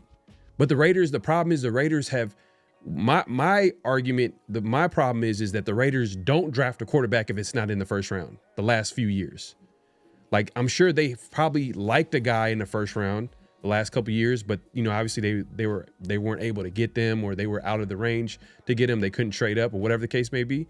But after the first round, they probably could have took a flyer after the first round on somebody, but they left the quarterback room as is. And the quarterback as is was Gardner Minshew, Aiden O'Connell, Geno Smith, Kenny Pickett. And it just, you're wasting all these years, developmental years, on some quarterback that you probably could have developed and probably could have seen what happened, what he could have, because it's the quarterback position is hard enough to get right. So why are they going? They're going about it in a. To me, I just don't agree with it. I feel like they should go about it like it's a numbers game. You draft until you get it right. That's how I look at it. I agree with what you're saying for sure, but like with these, especially with the Raiders organization, how do you know you're going to get the time to develop a quarterback? Like you don't know. That's not guaranteed as a Raiders coach. Especially drafting someone in the third round, it's like you can't rush him out onto the field. You know what I mean? Like we got lucky with Derek Carr being ready to go with Max Schaub, but falling off of a cliff. You know, when we signed him, it's like that stuff doesn't happen. You don't get Dak Prescott's, you know, in the third round or fourth round coming out of Mississippi State all the time and get to play them early on. So. Yeah. That's why I'm kind of slow walking this get rid of Pete situation, because it's like, okay, we're saying that we're going to find a coach to kind of bite the bullet and be the fall guy while we, you know, buy some time and get more years. I definitely don't want someone that's going to be here for 1 year drafting a quarterback, you know, in the first round per se. In the first round per se, like, okay, like we got but we're going to get the Aiden O'Connell situation likely all over again, even if he is talented. Let's say that we got Aiden O'Connell and he turned out to be a stud. He's still gone through 4 coaches, 5 coordinators, you know, or whatever the number is. It's like, I would much rather, you know, let this kind of play out. I definitely agree with, like, you know, if we have the patience, doing best player available. If you like a quarterback in the second round or third round, cool. But like once you start drafting dudes, I guess third and below, it's like I'm not planning on seeing him on the field at all. And yeah, I just feel like the Raiders are kind of in a tough spot with no talent. You know, we're talking off camera. We have 3 franchise players right now on our team, 4 franchise players. And yeah, I mean, it's just hard to pass up cornerstone players, especially early on in the draft. And if you're not in love with a quarterback, then don't take one, you know, that early for sure. I totally agree, especially with, you know, we can get guys like Arvell Reese, you know, possibly, you know, Caleb Downs, like these guys, you know, to help out on the defense, because we need someone to help out Max Crosby. I would prefer for it to be like a dominant 3 tech or, you know, running mate on the opposite side. So we'll see, man. But it's just, they're kind of backed up into a corner right now. All right, let me compare it to this, right? Let me compare it. This is a semi good situation to be in. And it's not perfect. Look at the Saints. The Saints, the Raiders should have did what the Saints did. They drafted Spencer Rattler in the 5th round. I'm not saying he's the answer, but they went ahead. They put him out there for a season or 2, and they're like, you know what? That first season, it's a 5th round pick at the end of the day. You're not gonna a team is not gonna be all like, look, Cam Miller's a 6th round pick, right? That's not gonna stop you from drafting a quarterback in the 2nd round, which it didn't. They drafted Tyler Shuck in the 2nd. And it seems like they might see some things in him, but if they determine that, you know what, it's still, I know it's early. It's hard to, you know, just give up on a 2nd round pick after 1 season. But if they feel like, you know what, they're drafting in the top 3 and they just don't think, they're not sure if Tyler Shuck is going to be the guy long term, but they still believe in him, he still could be in that quarterback room, and they still can draft the top 3. Look at the situation they're in. They have, to me, their quarterback room is a lot more intriguing or talented than the Raiders quarterback room. Look at the Raiders quarterback room. There's no hope. What about a Raiders quarterback room gives you any type of hope? You know why? Because they didn't prioritize that quarterback room for how many seasons now? All they did was try to get Band-Aid quarterbacks in free agency who clearly were never the answer. To me, you know, I just feel like the Raiders, it's not, if they get a quarterback in the 1st round, it's fine. But obviously we all know the situation. They couldn't trade up because it didn't make sense to trade up because they're not that talented team. They're not close enough to win to give up, like, you know, there's a reason why all these GMs, like two or three different GMs come here and they didn't want to trade up. They looked into it, but then they looked at the Raiders roster and they're like, man, like, how do I get this quarterback and then build around him without any assets to do that? And they all had the same answer. They said, hey, we're just going to have to take the best player. We're going to have to take the best player. And guess what? It's worked to a certain extent. They got Brock Bowers. You know, everybody talks about Genty. It's a good argument to be had, but at the very least, if he could be a good player, they got a good player. Now, if you look at this 2026 NFL draft upcoming, I get it. But the NFL, this upcoming NFL draft coming, if they can get another good to great player, you start stacking on talent.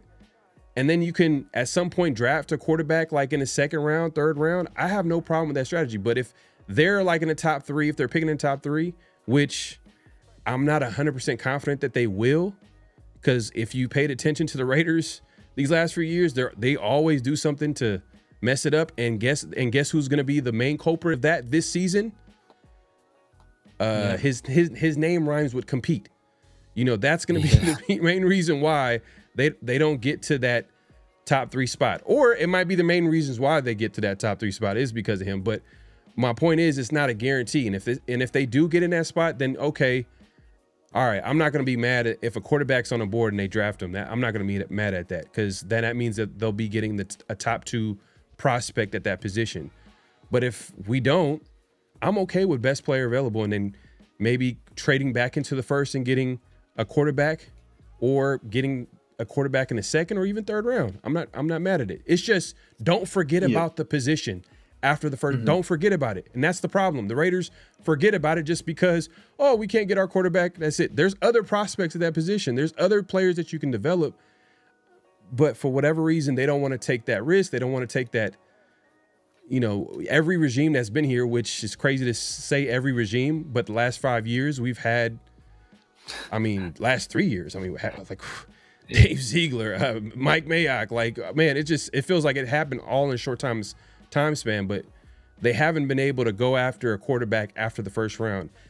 And the only guy I can think of is Aiden O'Connell, which was a terrible attempt, but it is what it is. I'm not mad at it. It was a swing. It was at least a swing. Cam Miller, I don't even consider that a swing. Cam Miller cannot be. That's not a real attempt. A 6th round. Come on, bro. Yeah. Come on, man. That is not a real attempt. The thing though with like the Tyler, sorry, real quick, like the Tyler draft, because like they picked him in the 2nd round, right? They picked him early in the 2nd round. That would be if they drafted a quarterback in the 1st round this year, bro. I would be pissed as a Saints fan, because it's like, dude, we wasted a 2nd round pick on this dude, and that's what I'm trying to avoid. It's like we're talking about like there's so many holes in this team. The top 100 picks, and that's what's so frustrating about seeing these linemen not get any reps, right? As a Raider fan right now, you want to see your young talent get reps and grow. It's like the top 100 picks, they should all be contributors like early on. And if we draft a quarterback in back-to-back years in the top 100 and we're already on our 2nd coaching staff in like 2 years, dude, it's just we're spinning wheels. We are not going to be able to truly evaluate these guys, especially behind this horrendous offensive line as well. It's like the more that we talk it out, the more I'm kind of agreeing with you, Pharaoh, in later the best player available early on, and then trading up and getting that 5th-year option and early on in the second half. In the first round. Sorry, later in the 1st round. But it's just that's why it's a interesting puzzle. It's a quandary to think about, because there's so many ways to go about this, but I really would like for the situation to be set up so we can easily evaluate a quarterback and make quicker decisions, because the situation is so much better than it is now. You know what I mean? Like Ashton Genty is making contributions on offense where it's like, okay, he's a good player. You know what I mean? Like, okay, like that's clear. We're able to get Brock Bowers the ball. You know what I mean? And the quarterback's not going to have to worry about interior pressure as soon as he hikes the ball. You know what I mean? Like, it's just, you could ruin a young player like that. So I think it's really important to, like you say, address those key positions, especially in the trenches, before we even put a quarterback in there. I do like taking shots on some of them, but it's just so difficult with our organization, in turmoil the way it is. Who's to say that they're going to even develop, bro? Like, you can't really commit. You can't say that we can develop a quarterback at this point. Yeah, no, I hear you, and that's why, like, I want to get Pete out of here, because not because it's not working out. It's just more so like he's doing things that are hurting the team long term. He's doing dysfunctional things. He's clashing with the GM. It's clear. Like, you're not playing the draft picks. You're hurting the development of the team. You're hurting the team long term. These are important reps that these young players should be out there to take advantage of, because like the offseason, they're not going to get live reps like this. Preseason, they're not going to get real live reps like this. The NFL, like, season is here and right now, and the season's over, but it still could be valuable to the Raiders if they just allow some of the young players to get, and some of them are playing. I'm not going to say like none of them are playing. Some are, but it's like, why is Kelly out there over Darian Porter? Why is Caleb Rogers inactive with the state of the Raiders offensive line? You can make an argument for Charles Grant and be like, you know what? He was more of a project. They don't want to throw him in the fire or whatever. Okay, you can make sense of that. But Caleb Rogers, he should be out there. Come on. Caleb Rogers should be out there. Jack Best should be getting more than 9 snaps, way more snaps than Tyler Lockett. I don't want to see Tyler Lockett. I don't care about Tyler Lockett. He's not part of the Raiders' future. He's not going to. What is Tyler Lockett to the, it's nothing. It's a waste of time. It's a waste of everything. And it's just this. And this is why Pete needs to go. He's doing things that are hurting the team. I can't even say someone is not. I can't even say, is Jack Best good? I don't know. Just let him go out there. Give him an opportunity. He had a nice little play where he had a 20, 30-yard pass. A nice little design that, Chip Kelly was able to cook up. And, he was wide open. Yeah, it was nice. And it looked like he has, he didn't look too slow on there. I was like, oh, okay, got a little bit of wheels. I'm not saying he's a burner, but, man, we could at least, let's see what we have in Jack Best. I don't know. We don't know. We don't know what we have in Darian Pearl. We've seen him in short, but why do we have to be in a situation with 7 games left and we're wondering damn, are these young players gonna play 2-8? We're wondering, and that's why Chip needs to go.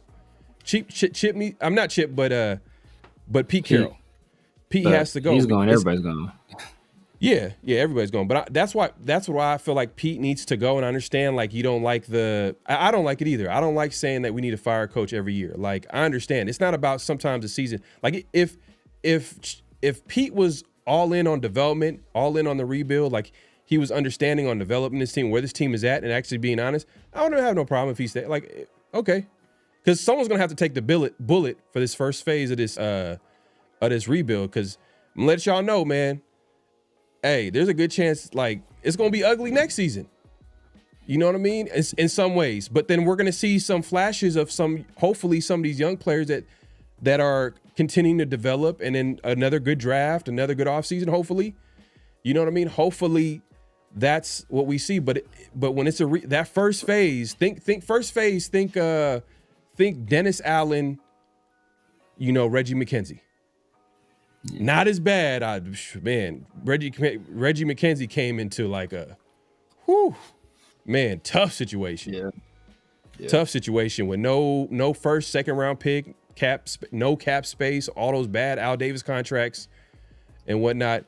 It was a just ugly situation, but he was able to get out of that, stack some drafts, and then it's kind of it's messed up. But by the time he had his little great draft in 2014, Dennis Allen he had to tell Dennis Allen hey man, well not him. I think Mark made the call. I think Mark was tired of Dennis Allen or whatever, and a lot of Raider Nation was tired of him.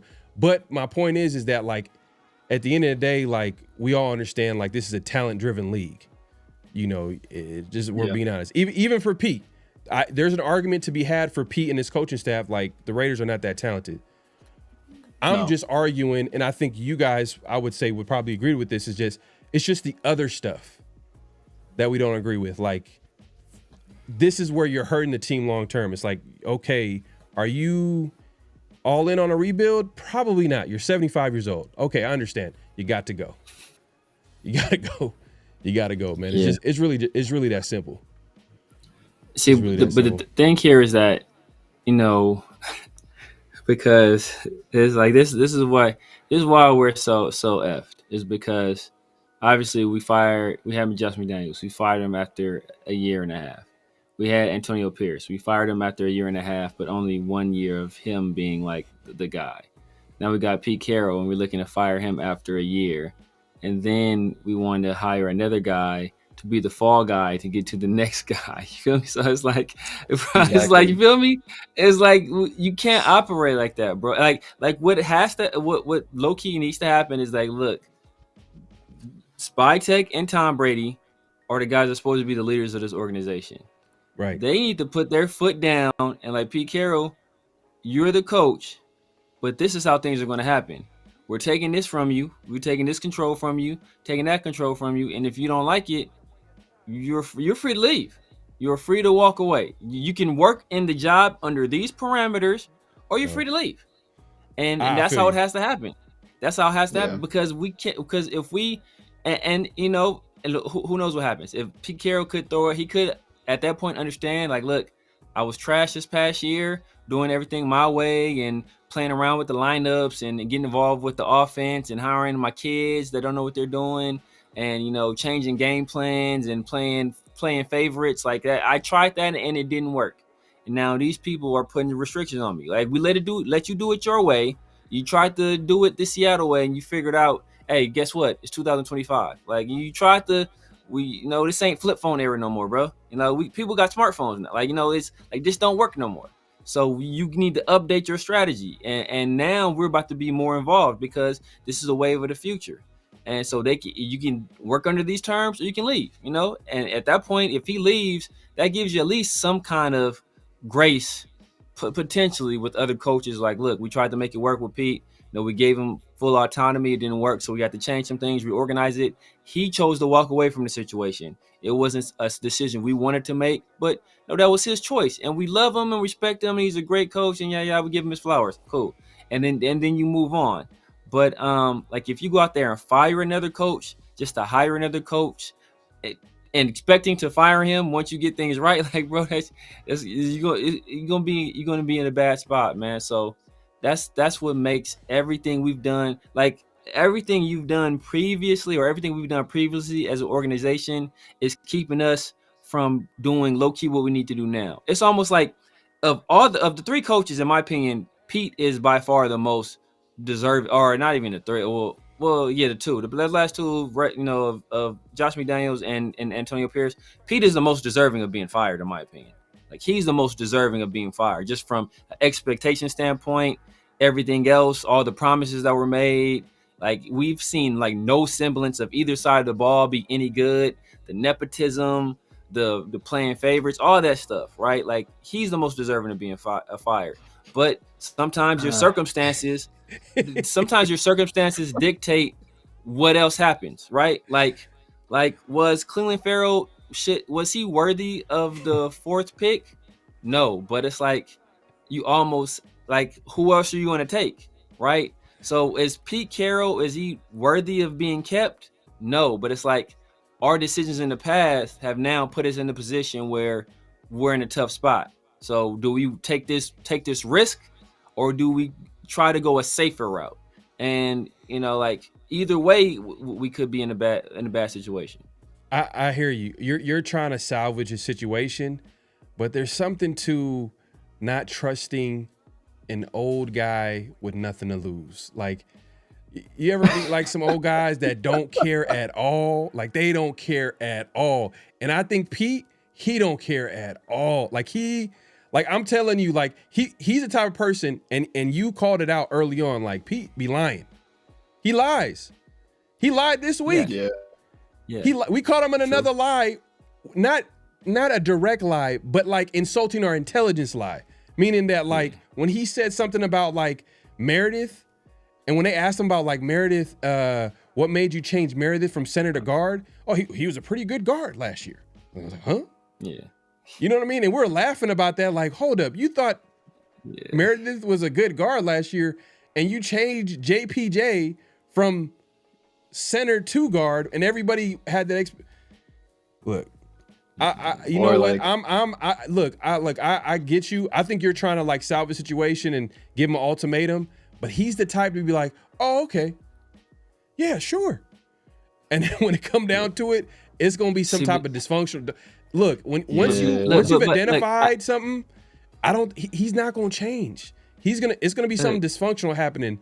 And Seattle, man, like they handle it real smooth. They were like, Pete, they sat him down, like, hey, you could be an advisor here. They didn't even try to give him an ultimatum. They didn't even give him an ultimatum.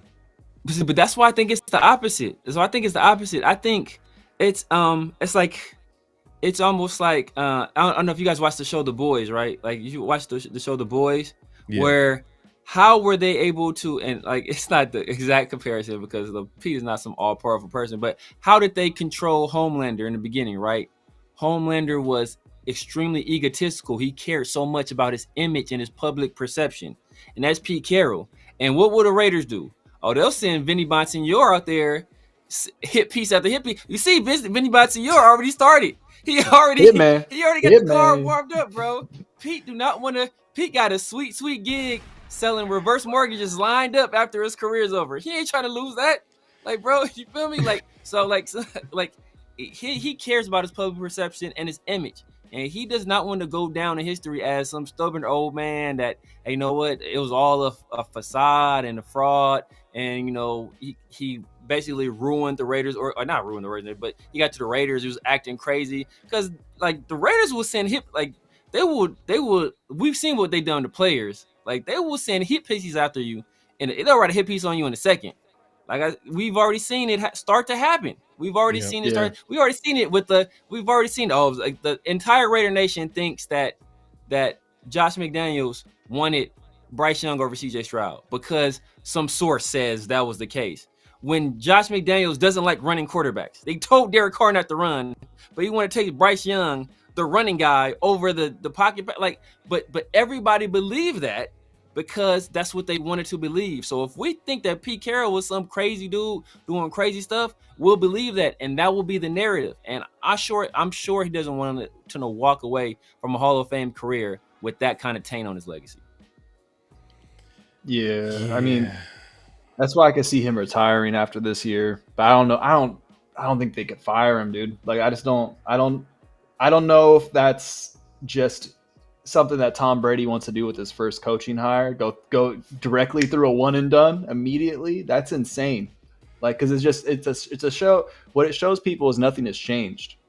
It's like the ownership has changed a little bit, but the organization hasn't changed at all.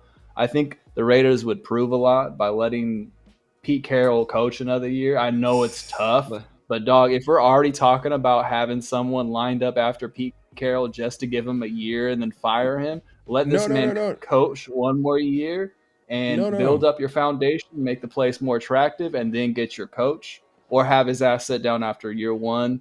But, like, I just don't think that this one and done stuff is going to happen. No. Don't, okay, so I think I heard Severe kind of point to this, and you just mentioned it right now. So when I say that this next guy, no matter what, is going to take the bullet, or he might be the guy. What I'm saying is this. I'm just being practical. I'm being realistic, and I'm just trying to get through what it really is. And right now, we all know that it's a rebuild, and we know that first phase of that rebuild is going to be tough. Now, whoever they get as a head coach, find the best head coach candidate that you can find. Hopefully, he is the guy. You stick with him for at least 2 to 3 years, and you evaluate if you want him long term.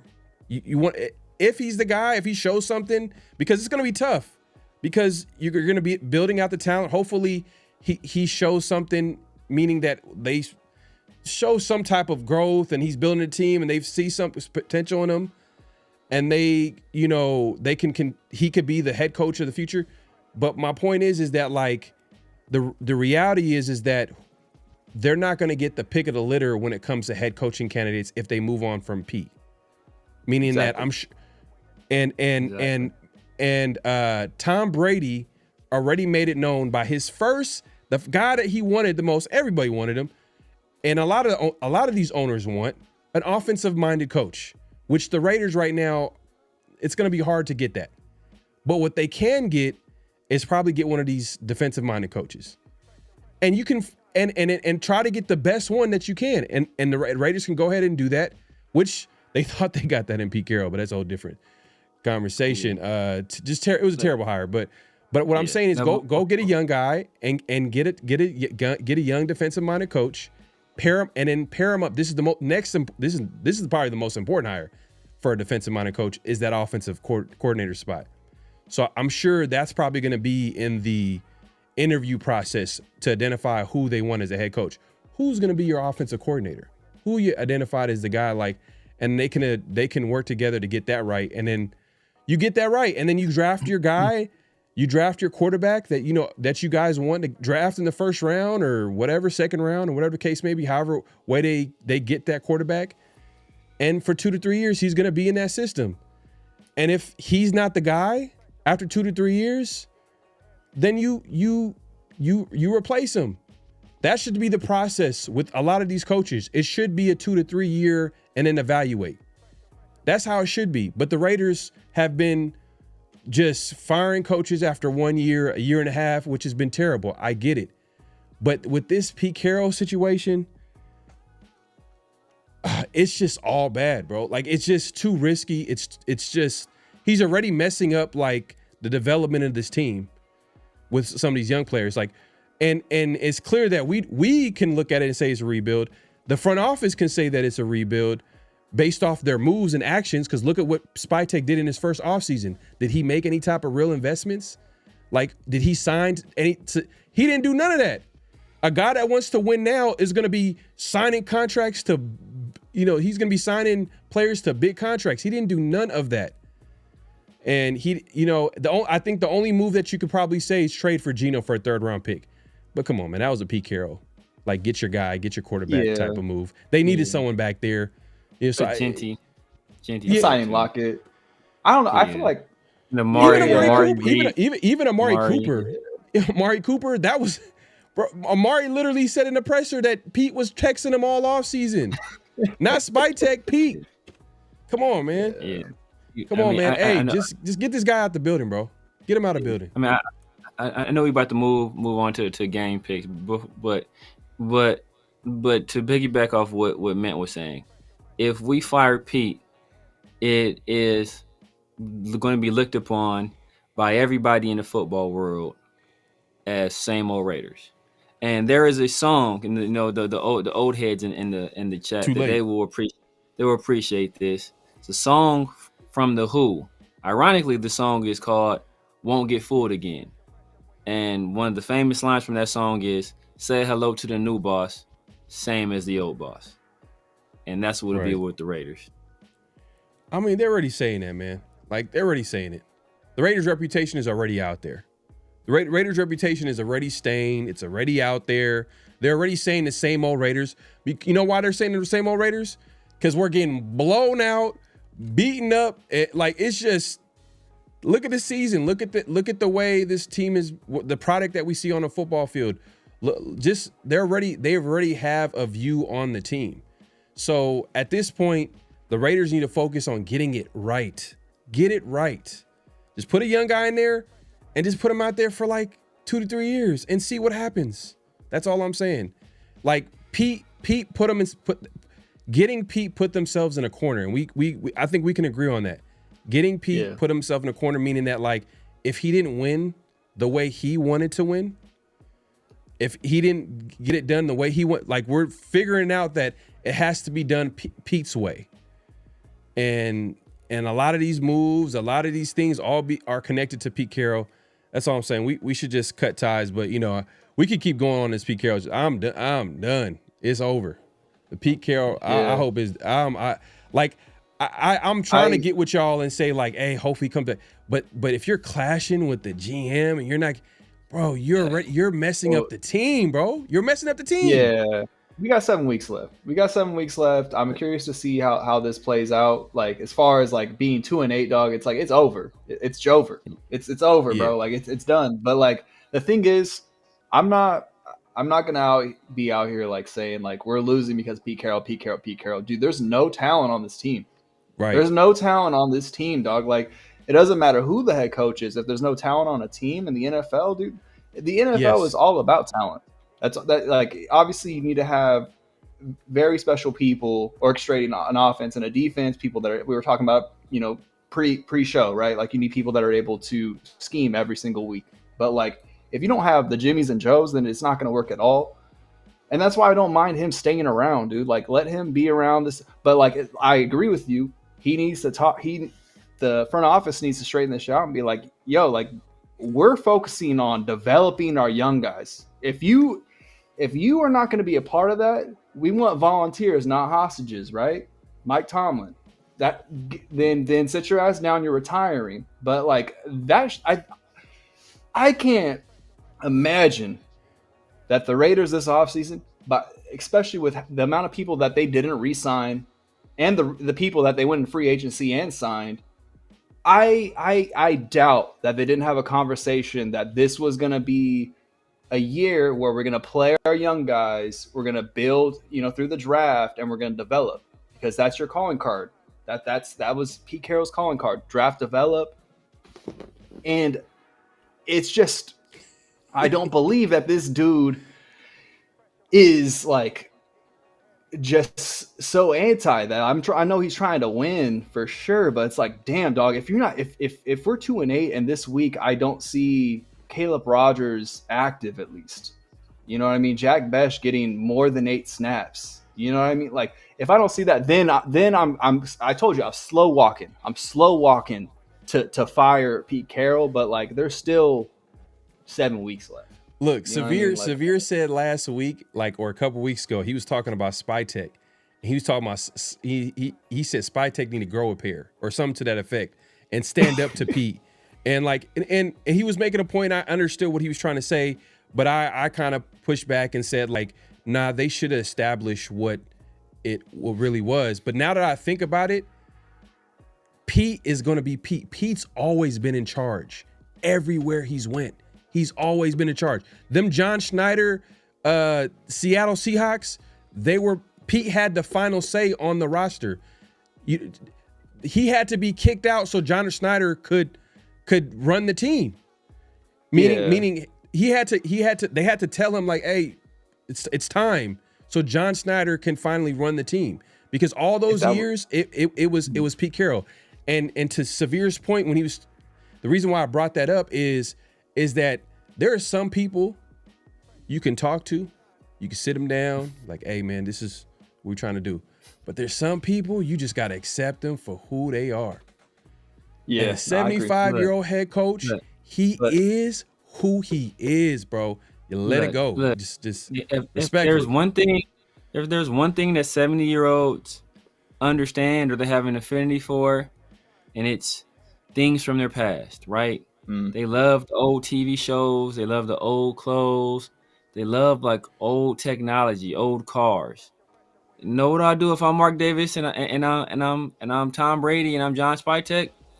I explained all this to Pete Carroll in the nicest way possible, and let's say I get a little pushback. I turn all the lights in the room and I point to the corner. You know what's in that corner? An overhead projector. Try me if you want to. Try me if you want to. Yeah, I mean, the last thing I'll say about this though is, and this is the reason why I don't think Pete Carroll is this overlord of the Raiders franchise right now. We would have spent so much more money in free agency if this man was making all the decisions. You can't tell me that we would have $40 million free in cap space if Pete Carroll was trying to win now this year. You know what I mean? You mean if you're saying Pete? Yeah, if Pete was this dude that's pulling all these strings, he's bypassing John Spytek. He's you know what? This is how we're orchestrating our roster this year. Yeah, you could draft who you want. Cool. I like Ashton Genty. Let's draft this guy, Deontay Thornton. Cool, let's get him. But we would have been much more active in the free agency. Bigger spenders is what I would imagine. Okay, we got Jeremy Chin. These dudes are on 1 and 2 year deals. That's a John Spytek philosophy signing right there, because he knows we're rebuilding. But if Pete Carroll was doing all this shit in the offseason, we would have been big spending, dude. That's why I don't really. I think maybe game day roster for sure, but I don't know. I'm not buying into he's just so disconnected from the front office. I know they have to have dialogue. I just think there has to be a come to Jesus moment where it's yo, dog, I understand you're trying to put the best people on the field, you got to look your veterans in the face. We're trying to win type shit. But now they know what the season really means. And if that doesn't happen in the next 4 weeks, I'll even say 3 weeks, then I'm joining the Pete Carroll, it needs to be sat down and talked to and then put his ass in the corner party. But I'm still kind of, again, slow walking. But I will say this. The problem with trying to have a come to Jesus moment with Pete Carroll is that Pete Carroll grew with them. He knows them personally. He's out here riding on them Palestinians, bro. He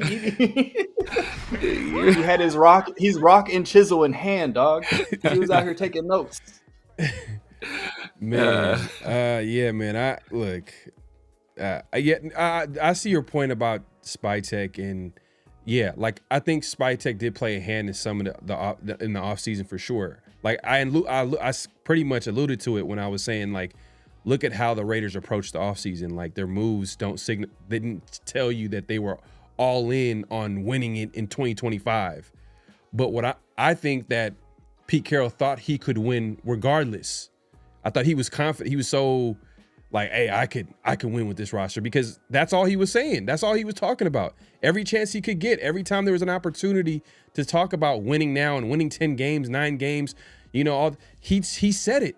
So, and that's part of the disappointment of this season, I guess, or the disappointment with Pete is that, you know, he fell short of that, but also he's not accepting the fact that, like, hey, you know, you're not going to win 10 games this season. You're not going to win 9 games this season. All right, it's going to be a long season. Let's start giving these young guys an opportunity to play.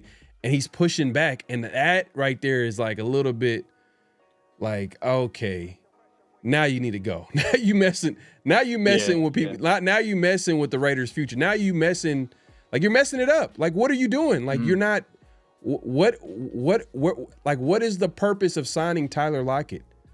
Why are you signing Tyler Lockett when you drafted a wide receiver in the second round who's only getting 9 snaps?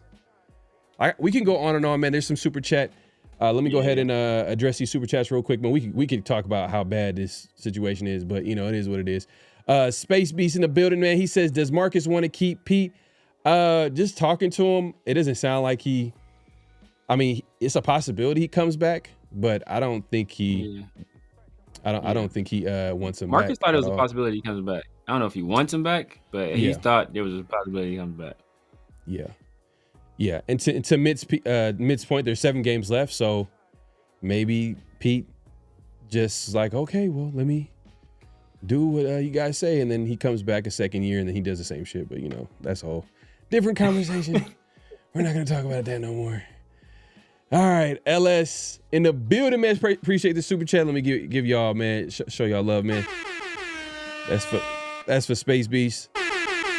That's for LS, man. Appreciate the super chat. He says, 0 point in getting another vet QB. The product is never the same when they put on a Raiders jersey. You're already paying, because I'm not gonna lie. A lot of people talk about Sam Darnold, but I don't know if people been good with this. But when they put on the Raider jersey, you're already paying Geno. Let him go again if you're drafting a young guy, which I doubt we are. Damn, but Geno just looks like he shouldn't even be out there.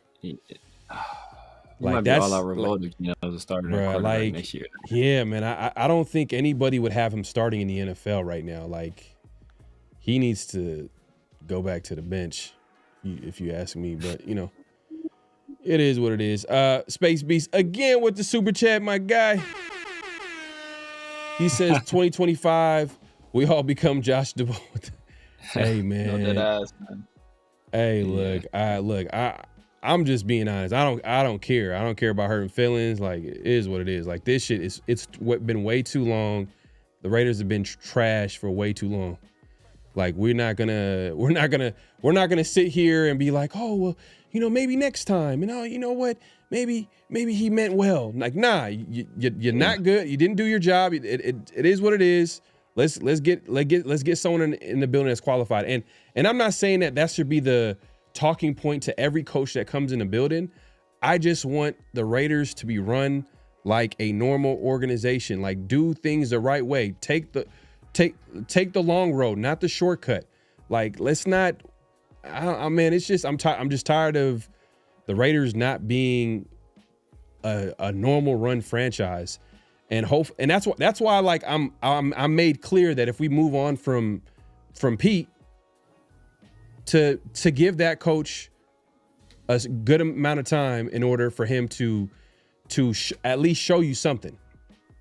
Give him a chance. Give him a chance to develop that team, and to your point, man, they're going to need to add more talent. But I think in 2 to 3 years, you should know, like, okay, is this a coach that you want to continue to coach this team, or should we move on to a better coach that's ready to coach this team? Because that's what happened with Dennis Allen. What happened with Dennis Allen? Once he coached for like two years, almost 3 years, at least 2.5 years, and he got let go in that's I think that third year, but that year was that 2014 year, and then guess who came in? Del Rio. Del Rio capitalized on the accumulated talent that McKenzie was able to do with that Raiders team, and they went 7-9, they went 12-4. So this should be the recipe, and this is to everybody that also says, oh, well, look at all these other teams that just new GMs come and new coach comes and they win right away.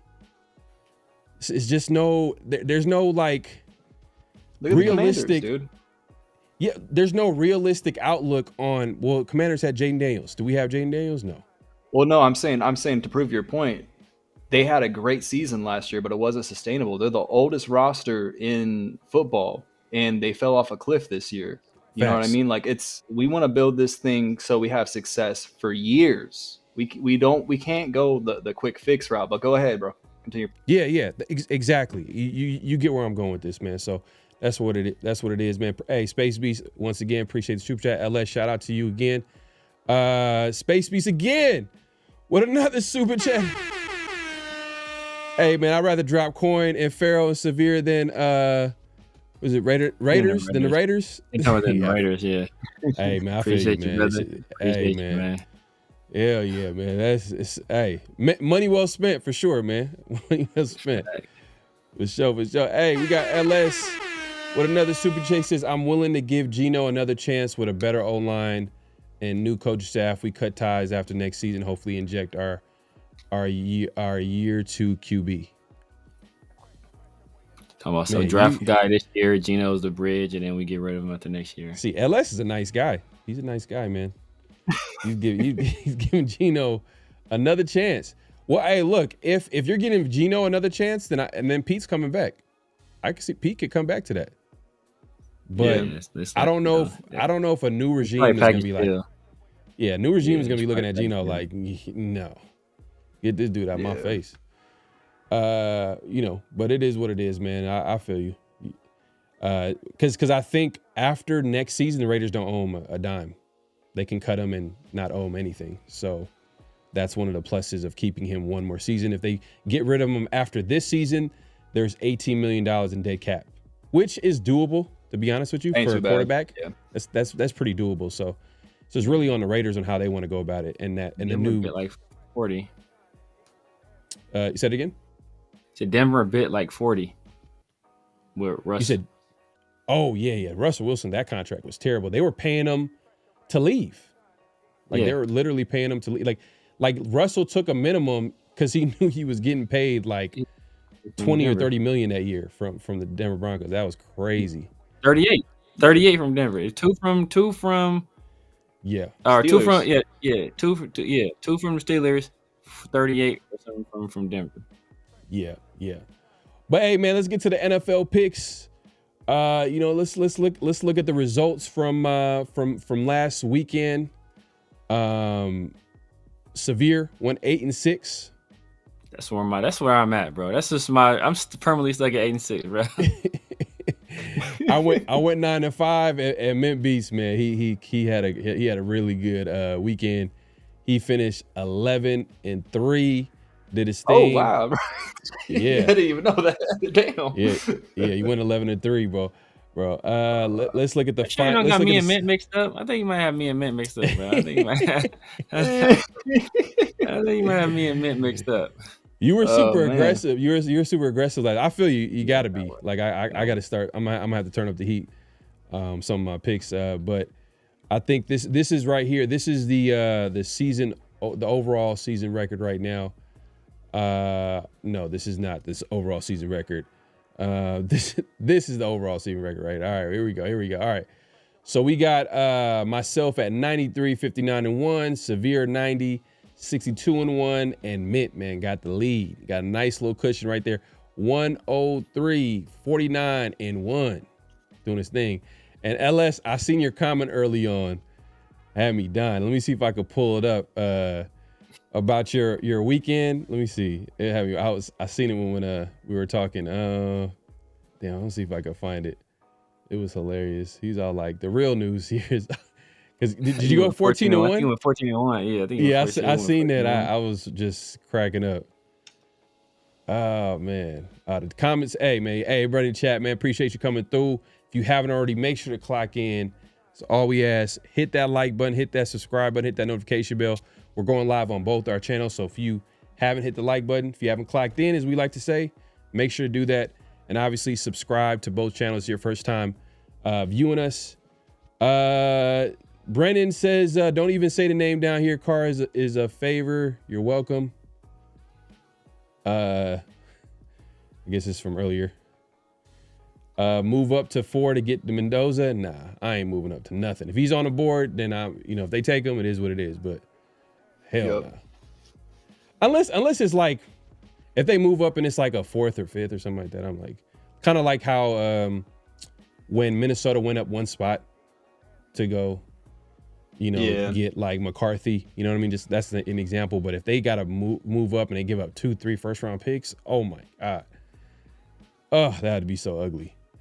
Be honest with you, but and it is what it is. I don't be honest about it.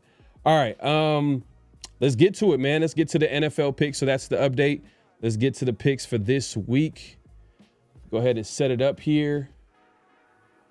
All right, here we go. So first game on the board, we got Jets Ravens in Baltimore. Who you got, Mint? Man, I mean, Jackson's back, so I'm gonna go Baltimore. All right, yeah, man, I ain't going.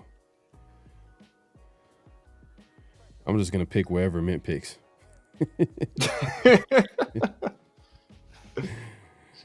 Severe, who you got? I'm going Baltimore. You gotta go Baltimore. I'm aggressive. I ain't being that aggressive. Yeah, no. This next one's interesting. Tyrod Taylor gets the start. He took your boy Justin Fields' spot. So yeah, I don't know if that's gonna be good enough though to change anything. But we got Steelers and Bears in Chicago. Oh, Aaron Rodgers, he did get hurt last weekend. But then I heard it's a possibility he plays. Man, and I really don't trust the Bears. They're like one of them like teams I don't trust. They look good one week and then the other week they just look. Keep on winning though, man. Yeah. I'll go Bears. Who you got, Mitt? Yeah, bro, I'm gonna go Chirac on this one. We're going Chicago. So who you got? I'm going Steelers. It's my chance. Man. Gotta do it, bro. Hey, I gotta go down swinging, bro. I can't. I respect that. And it's hella funny though. Aaron Rodgers could play this game though too. Mason Rudolph could sneak one in though too. Even if it was Mason Rudolph, bro, I gotta go down swinging. I gotta take my chances where I can get him. Mason Rudolph. He's disgusting. Yeah, I'm not doing it with Mason Rudolph. Yeah. He be winning random games though, bro. Yeah. Now he do though. He would turn up for a game like that. I can see like somebody trash talking him and he turned up. Oh my God, Mason Rudolph for the win. Yeah. Like something crazy like that, yeah. Patriots Bengals in Cincinnati. Who you got, Severe? I gotta go Patriots, man. I ain't that crazy. Damn, that Patriots really have Travion. And it's like I was reading something like where the Bengals have like been one of the worst teams against running backs. Travion is on a crazy heater right now. And I heard that Joe Burrow might come back. I was about to say that. I was like, is he coming? Like, does anyone know for sure? He was a full participant today. That's what I saw. But Aaron, Aiden O'Connell's been a full participant for like I think he was full participant this last week too. But Hayden O'Connell and Joe Burrow. Ain't Joe Burrow. Yeah. I'm saying like just because somebody's full doesn't mean like they gonna play that. First Raiders week. are telling AOC to stay at home, and he still comes, and he's a full participant. No one cares about Hayden O'Connell. Take his access away, bro. They were like, "Yeah, no, the key card, dog. We gonna need that one back." Yeah. Show up to the stadium in a Kenny Pickett jersey, wearing 2 gloves. Like, hey guys, man. You guys forgot to call me or give me the keys to the locker room, or I mean, he probably has that what Jamal Adams moment or something. Remember that Jamal Adams when he gets locked out? That was tough. That was tough. How we did Chandler before he started making R&B songs about Josh McDaniels. You know what? Patriots are riding high. Even if he doesn't play, Chase is suspended too. By the way, I just saw that. Oh, yeah, I'm going for spitting. Yeah. And lying about it. You learn from Pete Carroll. He's like, I could just lie. Thanks, yeah, I'm gonna take the pass, man. Yeah, I'm gonna take the pass. That's for me too. Yeah. I wanted to take them as an upset though, for some reason. It's just Bengals are one of them sneaky teams, but you know, emphasis on this for some reason. It's like,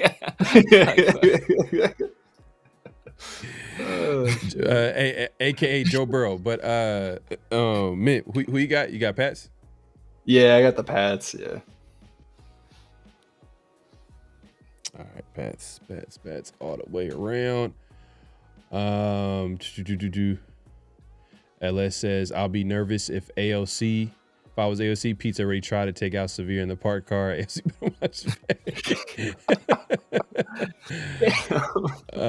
Brendan says, I'm taking the pass. They've been playing good. Yeah. To think we once beat hey man, this is this year Ravens or last year Ravens. Do you remember that Ravens game? But we didn't know the Pats were that good. The only difference is the Ravens, we thought we were getting our ass whooped. For sure. We thought that's what made that game so surprising. But now looking back, the Pats is basically equivalent to Ravens win last year. One good football team that we beat. Loki owned the Pats the last 3 times. Yeah. Hey man, that's what I love to hear, man. That's what I love to hear. Josh Allen. Is Josh Allen? Was he hurt? Is he hurt? Is he gonna miss some time? You said Josh Allen, the quarterback? Yeah. For the Bills. Did he get hurt? He got hurt tonight? I know somebody said he was getting up. He was kind of getting up, kind of gimpy. I don't know if he hurt or not, but I mean, low-key, the Pats already running away with that division. Low-key, they'll take it like an epic collapse for them not to win it. That dude's gonna play unless like he has a torn ACL or something. That dude's gonna play. Yeah, but you know what? The Bills though, they really don't have like their talent on offense is kind of weird. You know, it's just basically a Josh Allen show. You know, pretty much. Yeah. But they got some guys. It's just like they don't have their receivers is kind of like literally Keon Coleman, second straight game, didn't even dress. That's like their first round pick, right? Second round pick. Second round pick, I think, the year from the year before. Yeah. And I was watching like a little bit. No, he was in Texas. It was Texas, right? Or was it? I know AD Mitchell was Texas. Was Keon Coleman Texas? Nah, Keon Coleman was I don't think he was Texas. Adonai Mitchell, yeah. AD Mitchell was. He was Adonai Mitchell, and it was the other kid. It was the other dude that was fast that got into that. Xavier Worthy. Yeah, no, Xavier Worthy. James Worthy. Not Xavier Worthy. It's AD Mitchell and the dude last year that had this last draft that had the allegations that came out this year. Oh, like their best receiver. You talking about he went to the Browns. I forgot his name. I forget his name too. Yeah. They had Xavier Worthy the year before. Yeah, where did Keon Coleman go? Yeah, I can't remember. Wasn't college? No. Did he go to? No, he didn't go to Baylor. He went. He was from like somewhere up north, like northeast or something. It was like an ACC school. It was an ACC school. You look like a bro. Remember. Oh, Keon Coleman. Yes. Hey, LS, bro. You got it right. Florida State. Florida State. Oh, yeah. Florida What's that? Yeah. Oh yeah, because they had the other receivers. It was Johnny Wilson that they converted to tight end. Yeah. Yeah, bro. For real. 3 slot receivers and tight ends and a running back. Like, he doesn't really have like a. Well, I mean, Gabe Davis. But Gabe Davis is kind of like, you know. Yeah. He's like. Had a Mark Cooper last year. And he was ass with them. It is what it is. But we got the Giants and Lions this week. Severe, who you got? Give me the Lions, man. Give me the Lions. Ashton Genty Sr., Mr. David Montgomery. Yeah, I got the Lions. Who you got, Mint? Hey, the Giants played the Packers pretty competitively last week, and I'm gonna go Lions for sure. Famous. All right. Lions don't got no secondary though. Jameis might go crazy. Is Jackson Dart's questionable? I think he might play this week actually. He might play. Yeah. Yeah, I just can't pick the Giants this game. It's not one of them games. Let's see what people are saying in the chat. You know, I was looking at that 2013 draft, bro. Tyler Wilson not making out of the training camp was wild. It was wild. That was Reggie McKenzie too, right? Yeah, but the only guy that they got at that draft that was like meaningful. I mean, you would probably argue maybe some other guys kind of gave you some at least 1 year or 2 years, but was Latavius Murray in the 6th. Yeah. He was. Did they get Jahad Ward that year? Jahad Ward was not that draft. Jahad Ward came out 2016. He went 2016. Oh, okay. Okay. Yeah, he came out 2016. But out that draft, the 2013 draft, it was like Michael Rivera. Oh yeah. Like DJ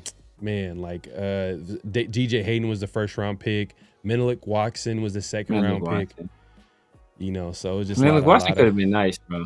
He had potential. Menelik Watson had potential. He just never could stay healthy.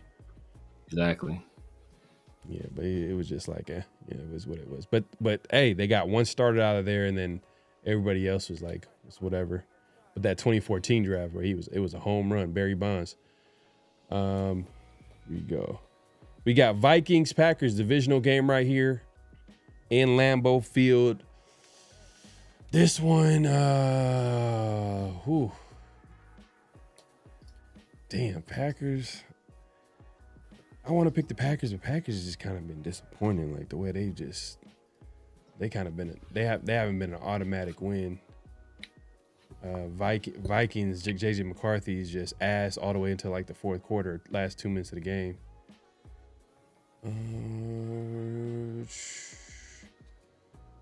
Is Jacobs? I don't know if Jacobs is gonna play this game. Let me see. He's questionable. Oh, boy, been getting off though. Emmanuel Wilson was nice. Okay. Huh. All right. You know what? I'm not gonna play around. I'm gonna get the Packers. Who you got, Mint? I'm going Vikings.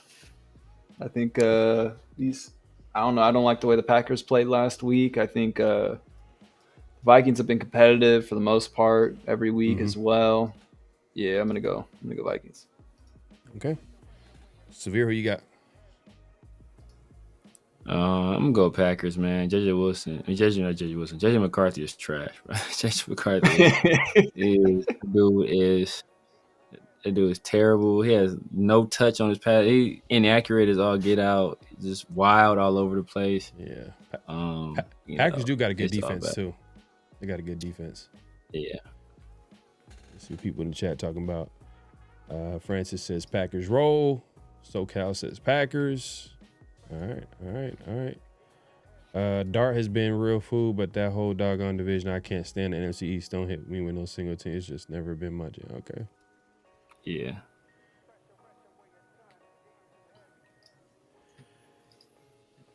Hey, you know what? That would be a great idea. Appreciate that. Like, that's actually. We're gonna try to make it like they can submit it so they can submit it to like an actual spot. Maybe like Discord. It would have to be like, it would have to be done before the season or something like that. Ah, man, all the participants that want to hop in, like join before the season. Yeah. I'd be sick if y'all but did that. Yeah, we just have to make. Yeah, that'd be. We just have to find a creative way to do it. Maybe like prerequisites too, like people that have like actually pull up to Thursdays every week. You know, like LS, obviously, like you gotta earn it a little bit. You know, obviously subscribe, of course. You know, LS is disqualified. He lives in the future, so he can't participate. Hey, LS went 14-1. He said he went 14-1, man. So, hey, man, I'm not betting against LS for sure. Man, yeah. What are these parlays looking like, LS? I know you're in the parlay game, dog. But it's just drop me a line real quick. Facts. We got Colts Chiefs this week. At Arrowhead. Chiefs coming off a loss. Colts are they coming off a bye week? They're coming off a bye week. Are they coming off? Or did they win last week? They won. I think they won. Is that when Jonathan Taylor? Is it last week? Jonathan Taylor went crazy the first game, and it's going crazy all season. And Madrid, was that Madrid, right? No, it wasn't Madrid or Germany. They played Atlanta last week. You might be right. I remember I think I picked the Falcons that game too. I don't know if that was last week or the week before. I think it was the week before. Yeah. Oh yeah, they had a bye before. Yeah. Yeah, there was a bye week, right? Okay. Yeah, that's what I thought. So I didn't see. Yep. But let's see, man. Who should I go with this week? Arrowhead. Chiefs coming off a loss. Damn, Colts coming off a bye week too. Damn, and then I don't know, Daniel Jones. I don't trust him. Daniel Jones turning back into Daniel Jones, right? I don't trust him, man. I really don't trust him. And this could be a trap game in Arrowhead. It could easily be a trap game, but the Colts are that team, and they're coming off a bye week, so they have 2 weeks to prepare for this game. Yeah, and Jonathan Taylor too going crazy. Man, this could really go either. This could go either way. Yeah, tough one. You gonna be bold? I'm going Colts, man. I've been doubting them the whole year, so I'm just gonna go Colts. Who you got, Minute? Man, I was hoping that this would be my upset pick, but I am also going Colts. See, I'm learning, man. I'm learning. Yeah. This is not a team I would have picked early in the season. This is your team to begin the season, and man, I'm learning, man. They're a good team. Steichen has the boys wrong, and it's crazy too. I was like, man, I was hoping Steichen was going to be on the hot seat, and I didn't care. I didn't even care what Chip Kelly did here. I would fire Chip Kelly instantly for Steichen, bruh. Bro, yeah. Man, but all the guys that I wanted to get fired are not going to get fired is because I know that they're good offensive coaches. Are Steichen? It looks like maybe Mike McDaniel might stay on. The way he's kind of I feel like there's a possibility he can stay on. Dave Canales, I thought he was going to get fired. Yeah. He was on a hot seat a little bit, but he has them at 6-5 right now. Trending upwards, so he's not gonna get fired. And that was another offensive minded coach. I'm like, oh, okay, that could be a good OC for Pete, or because he has that Pete connection, or whoever the next head coach of the Raiders would be. But a lot of these guys, man, they holding on real tight to their job. So, Severe, who you got this week? Colts or Chiefs? I gotta take the Chiefs in this situation, man. I gotta let that thing fly, man. Gotta let that thing fly, man. This legit looks like the Super Bowl slump. The Chiefs have been able to avoid it previously, but it looks like it's really rearing its ugly head this year. So, but I gotta take them calculated risks, man. Gotta take those calculated risks. All right. Let's see the chat talking about. Oh yeah, man.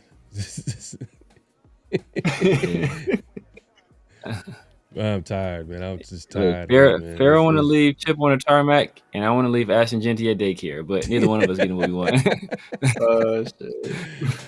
Damn, man. Hey, shots fired, bro. I told you when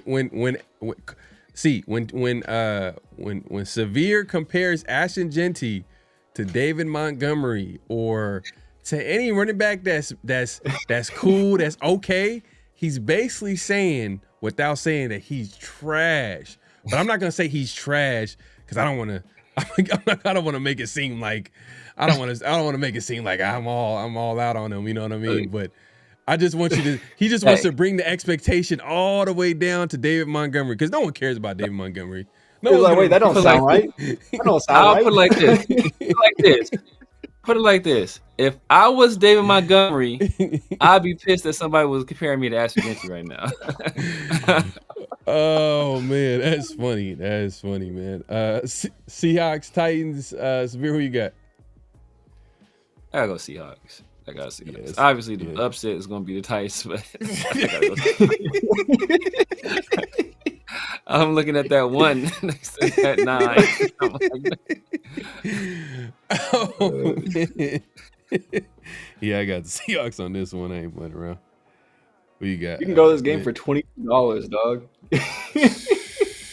Bro. That's a crazy ticket. In Nashville, that's wild. Like these games like this. Like, how much is that? $22? Games like this, we gotta play the spread. We gotta play the spread. Bro.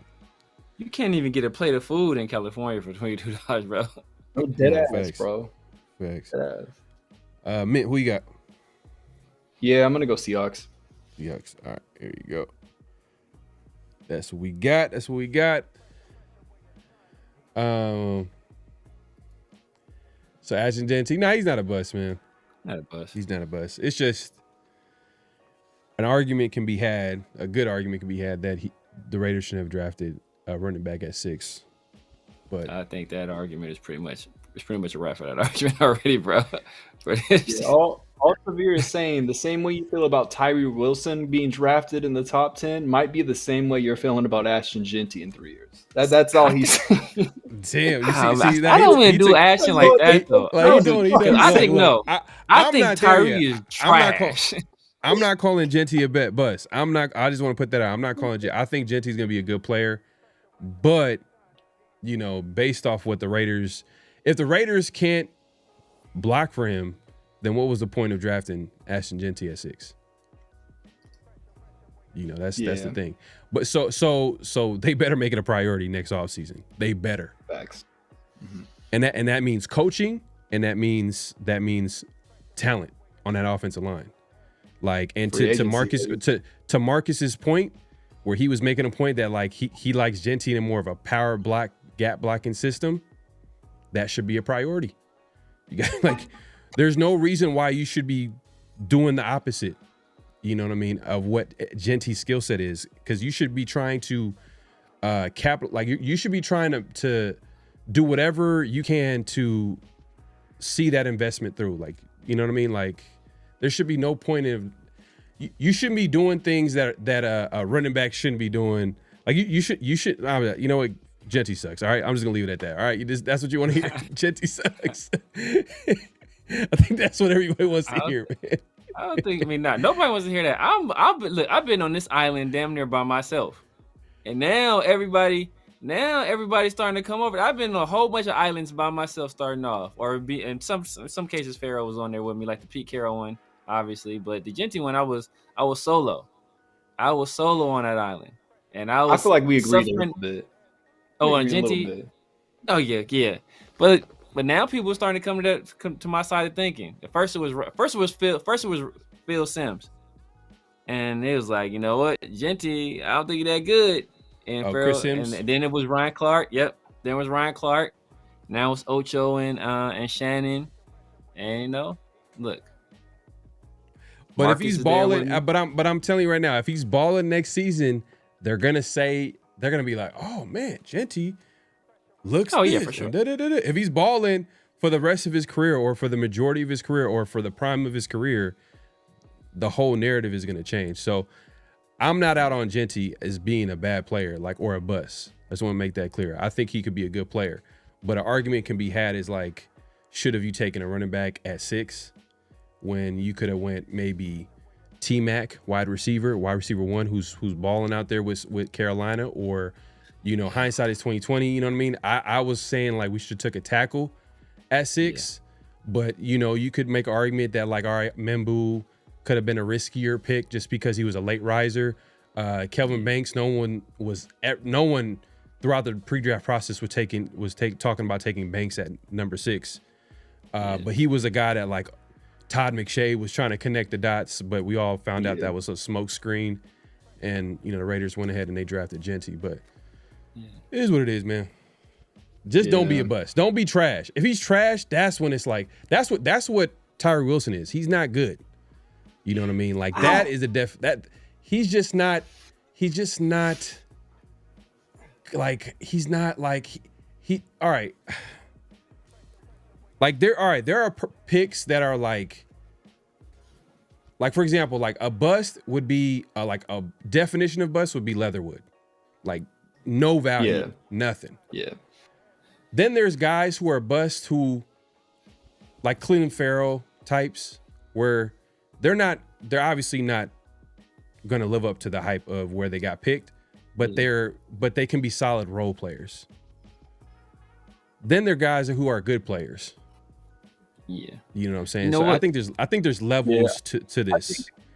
I think Tyree is that cusp between like role player and good player right now in his career. Just because like he contributes in the run game. Like that's just like I can't debate that. Like he's a good run defender. He just doesn't have anything on passing downs. Like rushing inside is cool, collapsing the pocket, but he hasn't been doing much. You know what I mean? As far as like we were talking before the show, like no one's helping Max, but like it's just a value thing, right? It comes down to like it's not as simple as like bust or not. It's just a value. It's like you have someone drafts in the top 10. You hope you get, you know, the most value that you can get from that player. We just haven't gotten it. And what it's like, you know, it's like I know you guys watch Dave Chappelle, right? I remember one time Dave Chappelle, might have been I forgot which one of his specials it was, but he was talking about how the people in that room had all spent like $300 a ticket. And he's like, I did this same show in Atlanta last week for $80 a person. You like, damn, I spent $300 for what these other people got for $80, and that's what drafting Genty is like. Like, we spent $300 for what the Giants and the Browns and the Patriots spent $80 on. And he's like, bro, y'all could have took a flight to Atlanta, you know, stayed in a nice hotel, got a nice meal, and still saw the show for cheaper than what you're seeing it for today. Yeah. That's the one part I can't even argue. It's just the value part that like it's just like hindsight is 2020, but like damn, if they took T-Mac and then because I'm looking at Judkins, I ain't gonna lie, I like him out there with the Browns. I mean, they don't have a whole lot on that offense, but I think he's nice. Or even Henderson, but I don't think this coaching staff wanted a Henderson type, meaning that they wanted a guy. I think maybe Chip Kelly, but since we all know Pete he wanted that running back. I think he wanted like a bell cow, a guy that he can give it to potentially like 20 plus carries a game or two, like, you know, too. And I don't know if Henderson is a guy that you can do that with. He's more of like an all around back, like who can, he's an explosive guy that you can give in the pass game and then, you know, obviously run the football, and you can give it to him like 14 times. He can run it for 100 yards type deal. I'm not sure if that was the back that they're looking for, but Judkins, I think that's the type of back. Scatabo, for sure. Like, or who's another running back that fits? There hasn't been really a lot of running backs outside of maybe the guy. They haven't got a lot of opportunity. I think maybe Denver. Ollie Gordon's been all right in spot duties for them. But Devon Achane is so nice. It's like you don't really want to take him off the field. But that's Travion. But Travion is in that mode, right? He's been hurt a lot too. So, you know, maybe that was the worry. Yeah, and that's another thing too, is that like with Genty, who do you pair? Like, if Genty would play better in like he fits a more of a power blocking scheme, what OC would you pair with him? Because a lot of these OCs, they're all running zone blocking systems. No, they do both. They can do both. Like so Mike McDaniel does both. Mike McDaniel does both? Sean McVay will switch it up week to week depending on like, who he's playing. Switch it up, yeah. Okay. Like it's not. A lot of people make it out to be like it's like one size fits all. Like if you get a Josh McDaniels type, you'll get like a power gap scheme. You're gonna have someone pulling. Like on most plays, they'll run duo where it's like that's like a zone play where they double. Interior, like I think the guards, right? Like they use Severe. They use like the center and the guard to like double, like the 3-tech or something. Yeah. But like most of the time, these dudes run both. But Chip Kelly ran duo a bunch at Ohio State though. Like remember that big run that Judkins had in the national championship game? That was a duo run. He's not running power though. He's not running any like power or gap runs with the Raiders. You know what I mean? Yeah. Yeah, Brian Daboll, I think would run a power gap. I think he probably bring back a name that y'all familiar with, Carmen Brasillo. Possibly. He might bring him back because that was his offensive line. That's where he went to after the Raiders. He went to the Giants coaching staff, and he's the offensive line coach currently. But yeah, that's a lot of projection. I don't know. We're not there yet, but it is what it is. We got Jaguars, Cardinals. Who we got, Severe? Jaguars. And if I ride with your Jaguars with your 4 lanes. We got Minted. Yeah, Jags. All right, got Jags too. Y'all believe in Jacoby Brissett, man? He threw for 450 some yards, bro. Like 60 attempts, bro. Like, damn. Yeah, 57 attempts, man. He broke the NFL record. Yeah. Oh, man, a game of the week, man. Browns, Raiders. I guess I'm going to stick to what I was saying, man. I think the Raiders mess up and win this game. They're going to do this. Pete's going to do something stupid.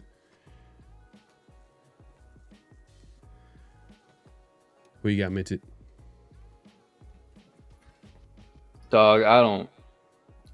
Like I agree with you. I'm like, this is the type of game the Raiders win, but I just look at this offensive line, and I look at the Browns front, and then I just even if the Raiders are playing good on defense, I could see the Browns defense scoring a touchdown in this game.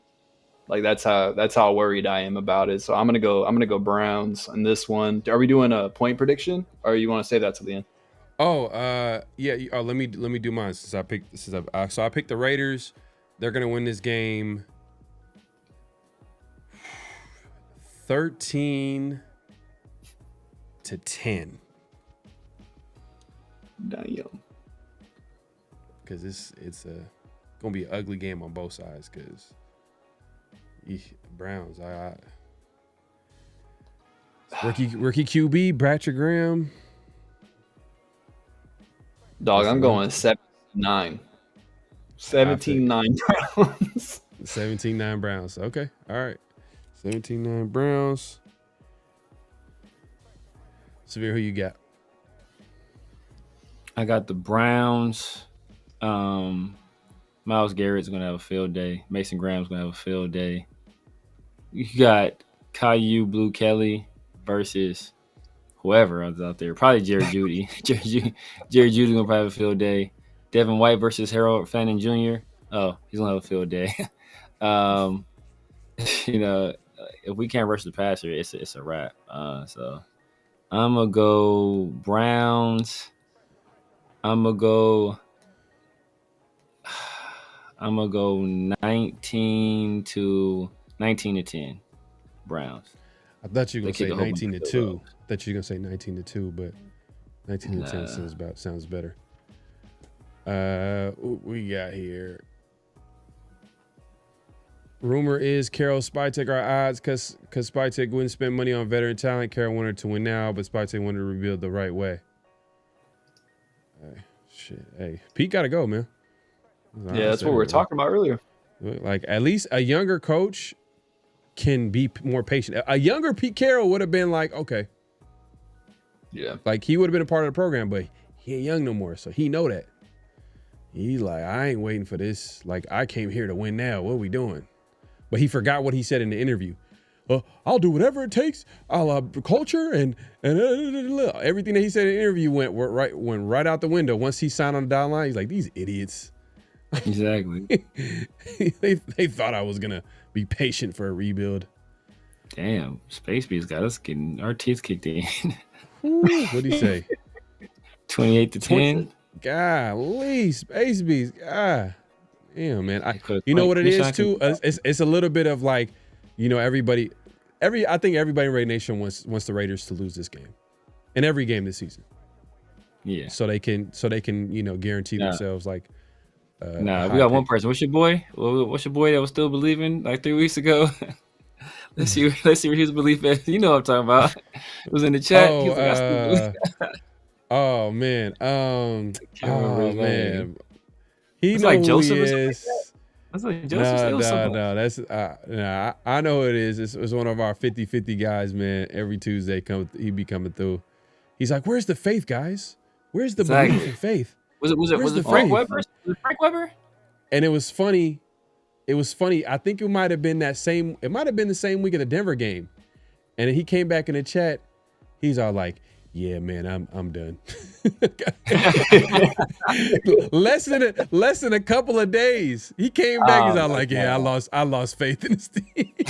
That was the Henny talking for sure. Because it was a short week. You know, they played Denver that week, so it was on Thursday. So it was funny that like in like 2 days' time, he just complete 180 was like, "Yeah, I'm done. I lost my faith." Yeah, man, it is what it is. Let's get to the next game here. We got Eagles Cowboys. Oh, skipped it right here. Eagles Cowboys. Severe, who you got? I'm going Eagles. But I don't know, the Cowboys, that defensive line, Overshown being back, Siobhan Revel being back, Deron Bland coming back. Oh, it could be. I'm gonna go Eagles. Who you got, Minute? Man, I feel like Severe low key try to reverse psychology me right now. He's done it a couple times. He has, and I had my eye on this one for sure. Before I was like, okay, now he made it even sound even more enticing. I don't know. After Quinn Williams, hear me out. All right, so like the last 2 wins the Eagles have been by like 3 points. It's been 16-9. You know what I mean? This is a divisional game. They're playing in Arlington. Give me the Cowboys. Give me the Cowboys this week. I'm doing it. I'm doing it, Severe. Okay. And remember, Pharaoh said he picking what meant. So like that, I put Pharaoh down for the Cowboys. So we'll write it down. Pharaoh Cowboys as well. Let's get on to the next game, fellas. Wait, hold on. I actually, hold on. Let me. It's too late. No, I'm Stay.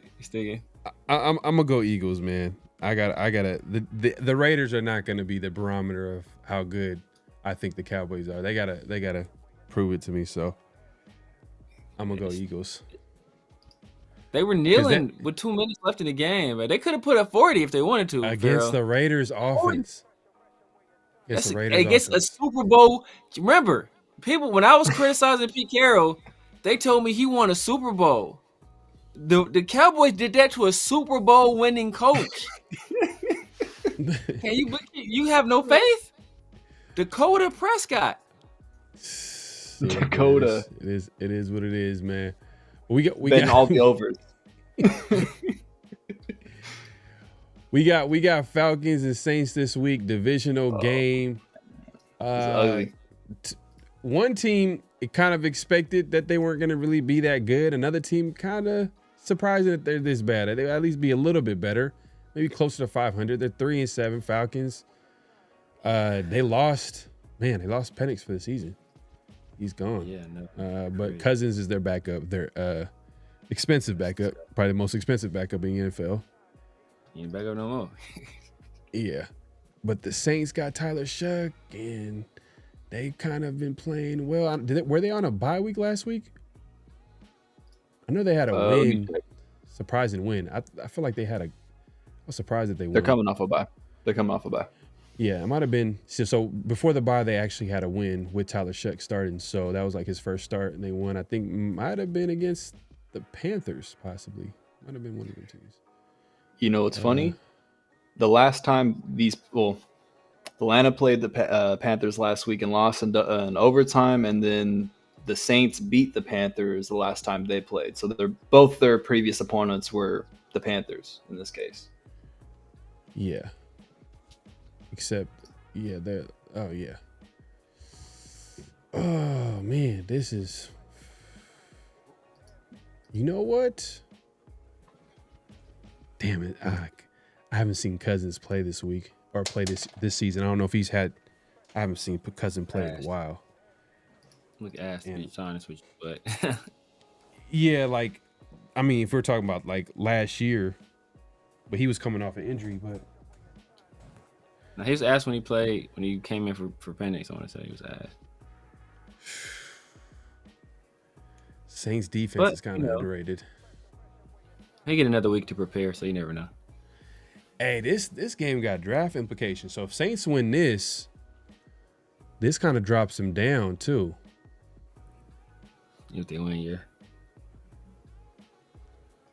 But Falcons do got defense too. I'm gonna go Falcons. What you got, Minute?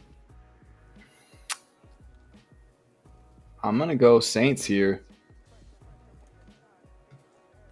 Coming off a bye. Yeah. Coming off a bye at home, divisional game, backup quarterback.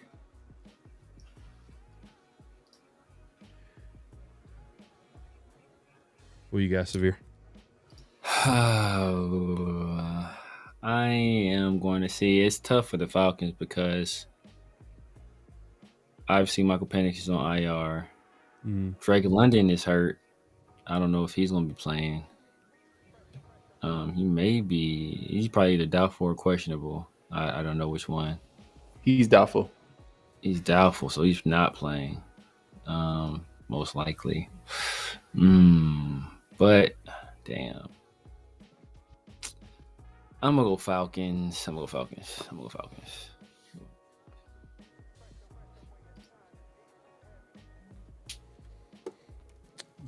right. We got Buccaneers and Rams. Ooh. Might be a playoff preview right here. Tampa Bay, Rams. Let's see. Bucks and Rams.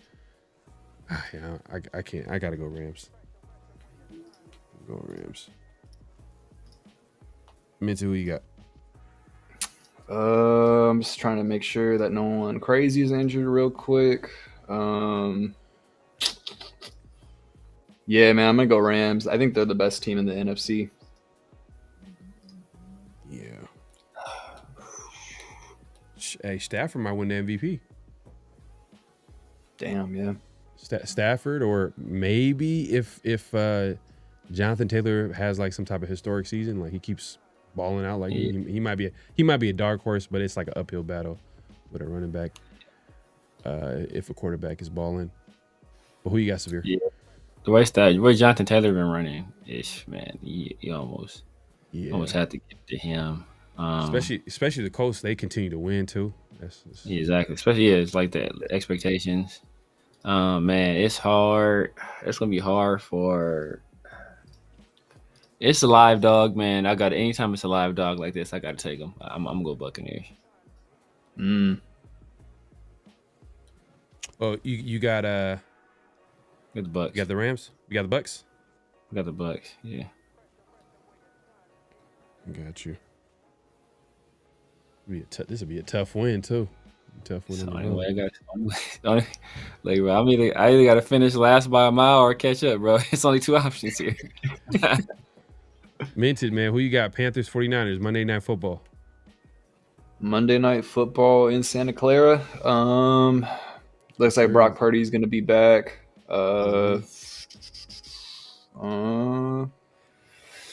Panthers are coming off a win. In overtime against Kirk Cousins. Man,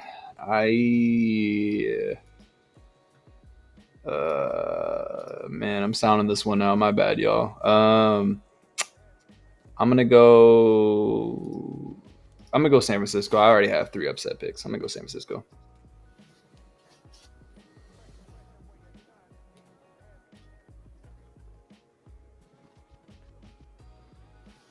Damn, man. I want to pick the Panthers because I need an upset pick. But I feel like this is 49ers is going to beat their ass. Kyle Shanahan's going to have something cooking on Monday Night Football. Brock Purdy had them rolling. They were rolling last game. I think they played the Cardinals, which is the Cardinals ain't really. Yeah. They're a sneaky team, man.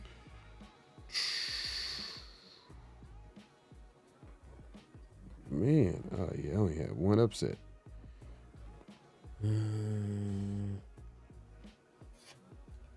Damn, I'm gonna have to do it. I got Panthers. Okay. I ain't mad at it. Damn, let's see how we gotta do this because it makes sense.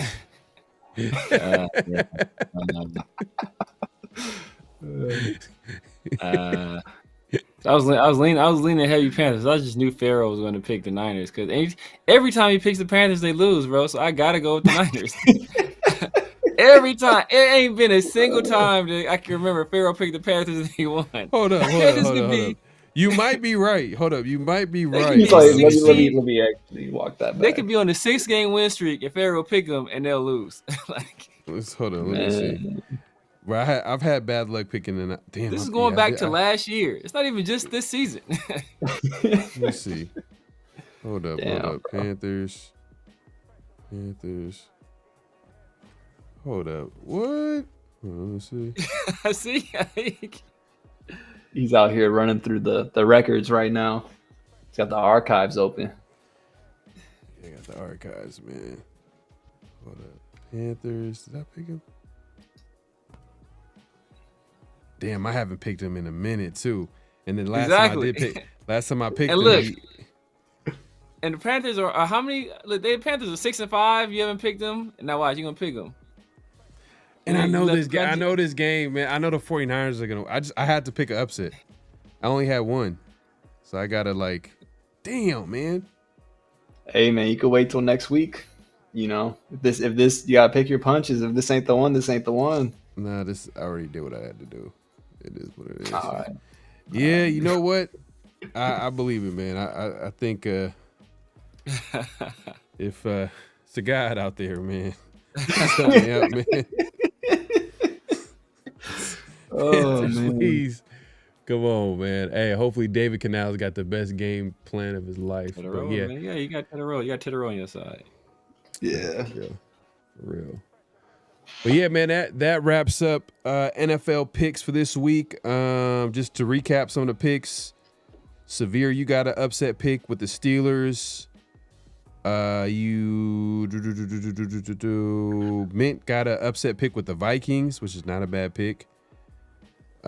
Severe got an upset pick with the Chiefs and Colts. That's not a bad upset. And I got an upset pick with the Raiders and Browns. Look. Oh man. Look. Oh, Pharaoh, you know what happened? Hey. Oh, I got 3 upset picks. Yeah, 3. Oh no. I see. I'm glad I looked it over. So I went Eagles, right? I picked the Eagles, and Mint, you went with the Cowboys. Yeah. I think you both went with the Eagles. I went with the Cowboys. Yeah. Yep. All right. Yeah. Now, that's what I'll say. So what happened last time you picked the Raiders, Pharaoh? Huh? Did you pick the Raiders against the Cowboys too? Did you not just do that? Did we not see you just do that? Yes. I know. And man. as soon as that game kicked off, how did you feel about that pick? Before a single play was played in the game. You know what it was? It was because of the player. They had the player's face on his t-shirts, and like it was just like, yeah, there's no way they're gonna lose, man. When they got like a player that just died, I was like, yeah, they lost. It's just it was too much on the line.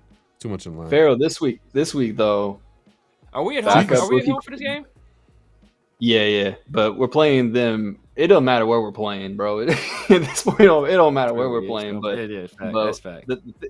Pharaoh, the thing that matters this week, though, we're playing a rookie quarterback in their first start. Yeah. And you're gonna pick you're picking. It's like, oh man. A rookie quarterback in their first start, but Patrick Graham, I think he plays well against rookies. Yeah, overall. that's true. That's true. I think overall, like he plays pretty well against young quarterbacks, and he's gonna look. I don't know. I'm just shit out of him. Yeah, no, they're gonna blitz. They're gonna do whatever, But you never know, man. Hey, Shador, he's out on a mission, man, because they've been trying to like keep him away from that spot. You know what I mean? Like they haven't really given him an opportunity. Like when you heard like he never played for the ones at all since he's been with the team, so like that kind of contributed to like the, him kind of being not on the same page chemistry wise with like the starters and stuff like that. So he's had a whole week to prepare, but I don't know. It's a young QB. Raiders probably gonna, I think Patrick Graham's gonna have some cooking up. But on offense, that's the problem. Is the Raiders offense? It's just Myles Garrett. It's just Myles Garrett just gonna. Yeah. He might have like a Hall of Fame game because the Raiders offensive line is there's no one that could block him.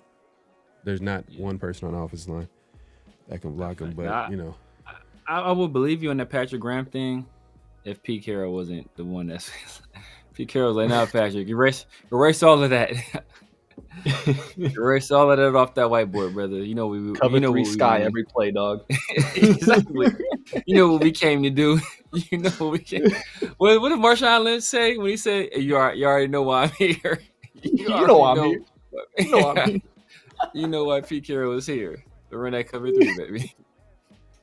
Yeah, Mint Beats he's here, man. We're talking to him. We're talking about like on his channel. No. He's not trapped in time. Yeah, trapped in time. Sanders was playing a little fast, but had a few moments where I see potential. Raiders offense has none of that. Yeah, did somebody drop like a touchdown for him? Look. I'm not. It's not a confident pick for me, because the Browns have shut down better offenses than the Raiders. They shut down like Green Bay, like really bad. Like I think it was did Green Bay. Did they even score a touchdown? I don't know if they scored like maybe one touchdown the entire game. That's like it was a weird low scoring game. I'm like, what the hell? The Browns defense. 13-10. Yeah, that's in today's NFL. That is crazy. 13-10. That's wild. Yeah, it should tell you something about their defense and Myles Garrett show coming to town. So, yeah, this is going to be look. And the Raiders are on a short week too. The national Yeah, and the national media, they do the weekly picks, and MGD always picks the Raiders to win. It was like a mix of the Raiders winning and the Browns winning, 50-50. And then one of the picks, Adam Rank, I think, said the final score was going to be a tie, and it was going to be 2-2. That's disgusting. Wow. But that should tell you like how bad like both teams are, man, at this time. So it is what it is. But hey, man, we appreciate everybody coming through. Great show, great conversation. Definitely check out the replay if you missed it. Especially check out the interview we had with Marcus coming through and just talking about the Raiders season. Obviously, my guy Minted coming through and chopping it up with us. Definitely check him out or check out the conversation that we had today and the NFL picks, man. So, I mean, it ain't over, but whew, man, he got a nice little comfortable lead, man. We got a nice little comfortable lead. So we're gonna try this. We're just gonna have to figure out a way, man. We might have to I might have to start doing reverse psychology, like Minted. The Raiders are gonna win every game, what I mean. Might have to do something to trick them or something like that. But that being said, Minted, man, let the people know where they can find you, what to look forward to, all that good stuff. Yeah, first and foremost, I appreciate y'all having me again. I know the season isn't going according to plan, but, even if you're not watching the games, y'all should still tap in with Around the Shield, 50-50 show. They're going to give you, authentic takes. They're not going to be, lying to you, giving you, rose-colored glasses takes from, like Raiders media, stuff like that. So definitely keep tapped in with our boys here. But you can follow me at mint.beats everywhere, social media, Instagram. That's probably where I'm the most active. I do have a YouTube. Thanks to Space Beats for asking. I do have some beats up there as well. Like I have some of my music, some of my projects. But if you're interested in listening to my music, mint.beats everywhere, Spotify, Apple Music, wherever. But yeah, tap in. All right, let me try to hook up the chat with the link. With the link real quick.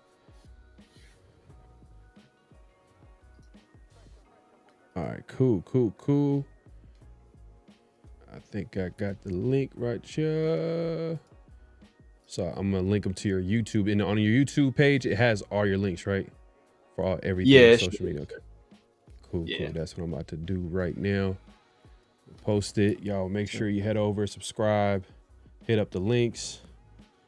You know what I mean? As you can hear, man, this show is produced by Mint Beats, man. My God.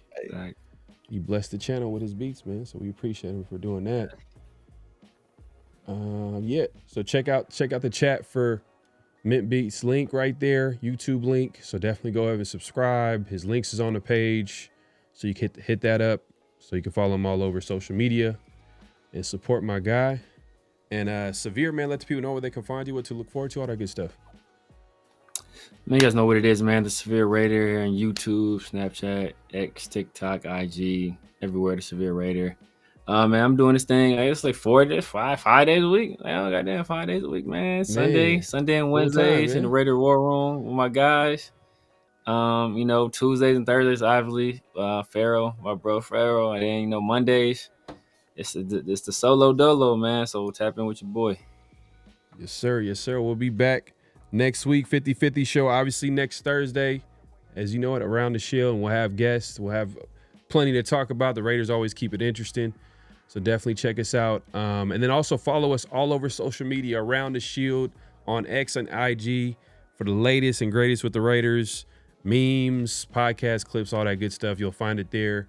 Definitely check it out. Definitely get a follow, as well as myself all over social media and everybody that's on the screen, as you can see. But yeah, man, we appreciate everybody coming through. Any last thoughts before we head out? That's hilarious, Space Beast. The more Raiders lose, the stronger I get. The more Raiders lose, stronger Severe gets. Damn, ain't even his final form yet, dog. Super Saiyan 2 power right coursing now, through my veins. I'll look into that pick'em thing. Yeah, man. If you have an idea, like, we'll definitely try to incorporate it. Yeah. Make it more you said something interactive. about ESPN. I'll look into that. Yeah, for sure. Just submit. Yeah, there you go. Hey, appreciate the subs, y'all. Yeah. Space Beast right here. Y'all run them up, man. Yes, sir. Yes, sir. Yes, sir, man. We appreciate everybody coming through. Yeah, man. Hey, we'll be back here next week, and we'll see what happens this weekend, man. I really don't. My expectation is, hopefully we see some of the young guys play, and that's about it, man. I really don't care what happens. Actually, I do care a little bit.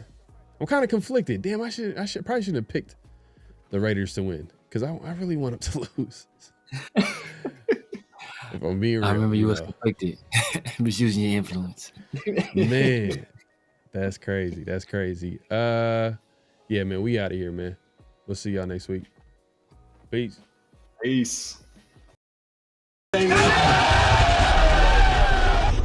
Hello? You play to win the game. You don't play to just play it.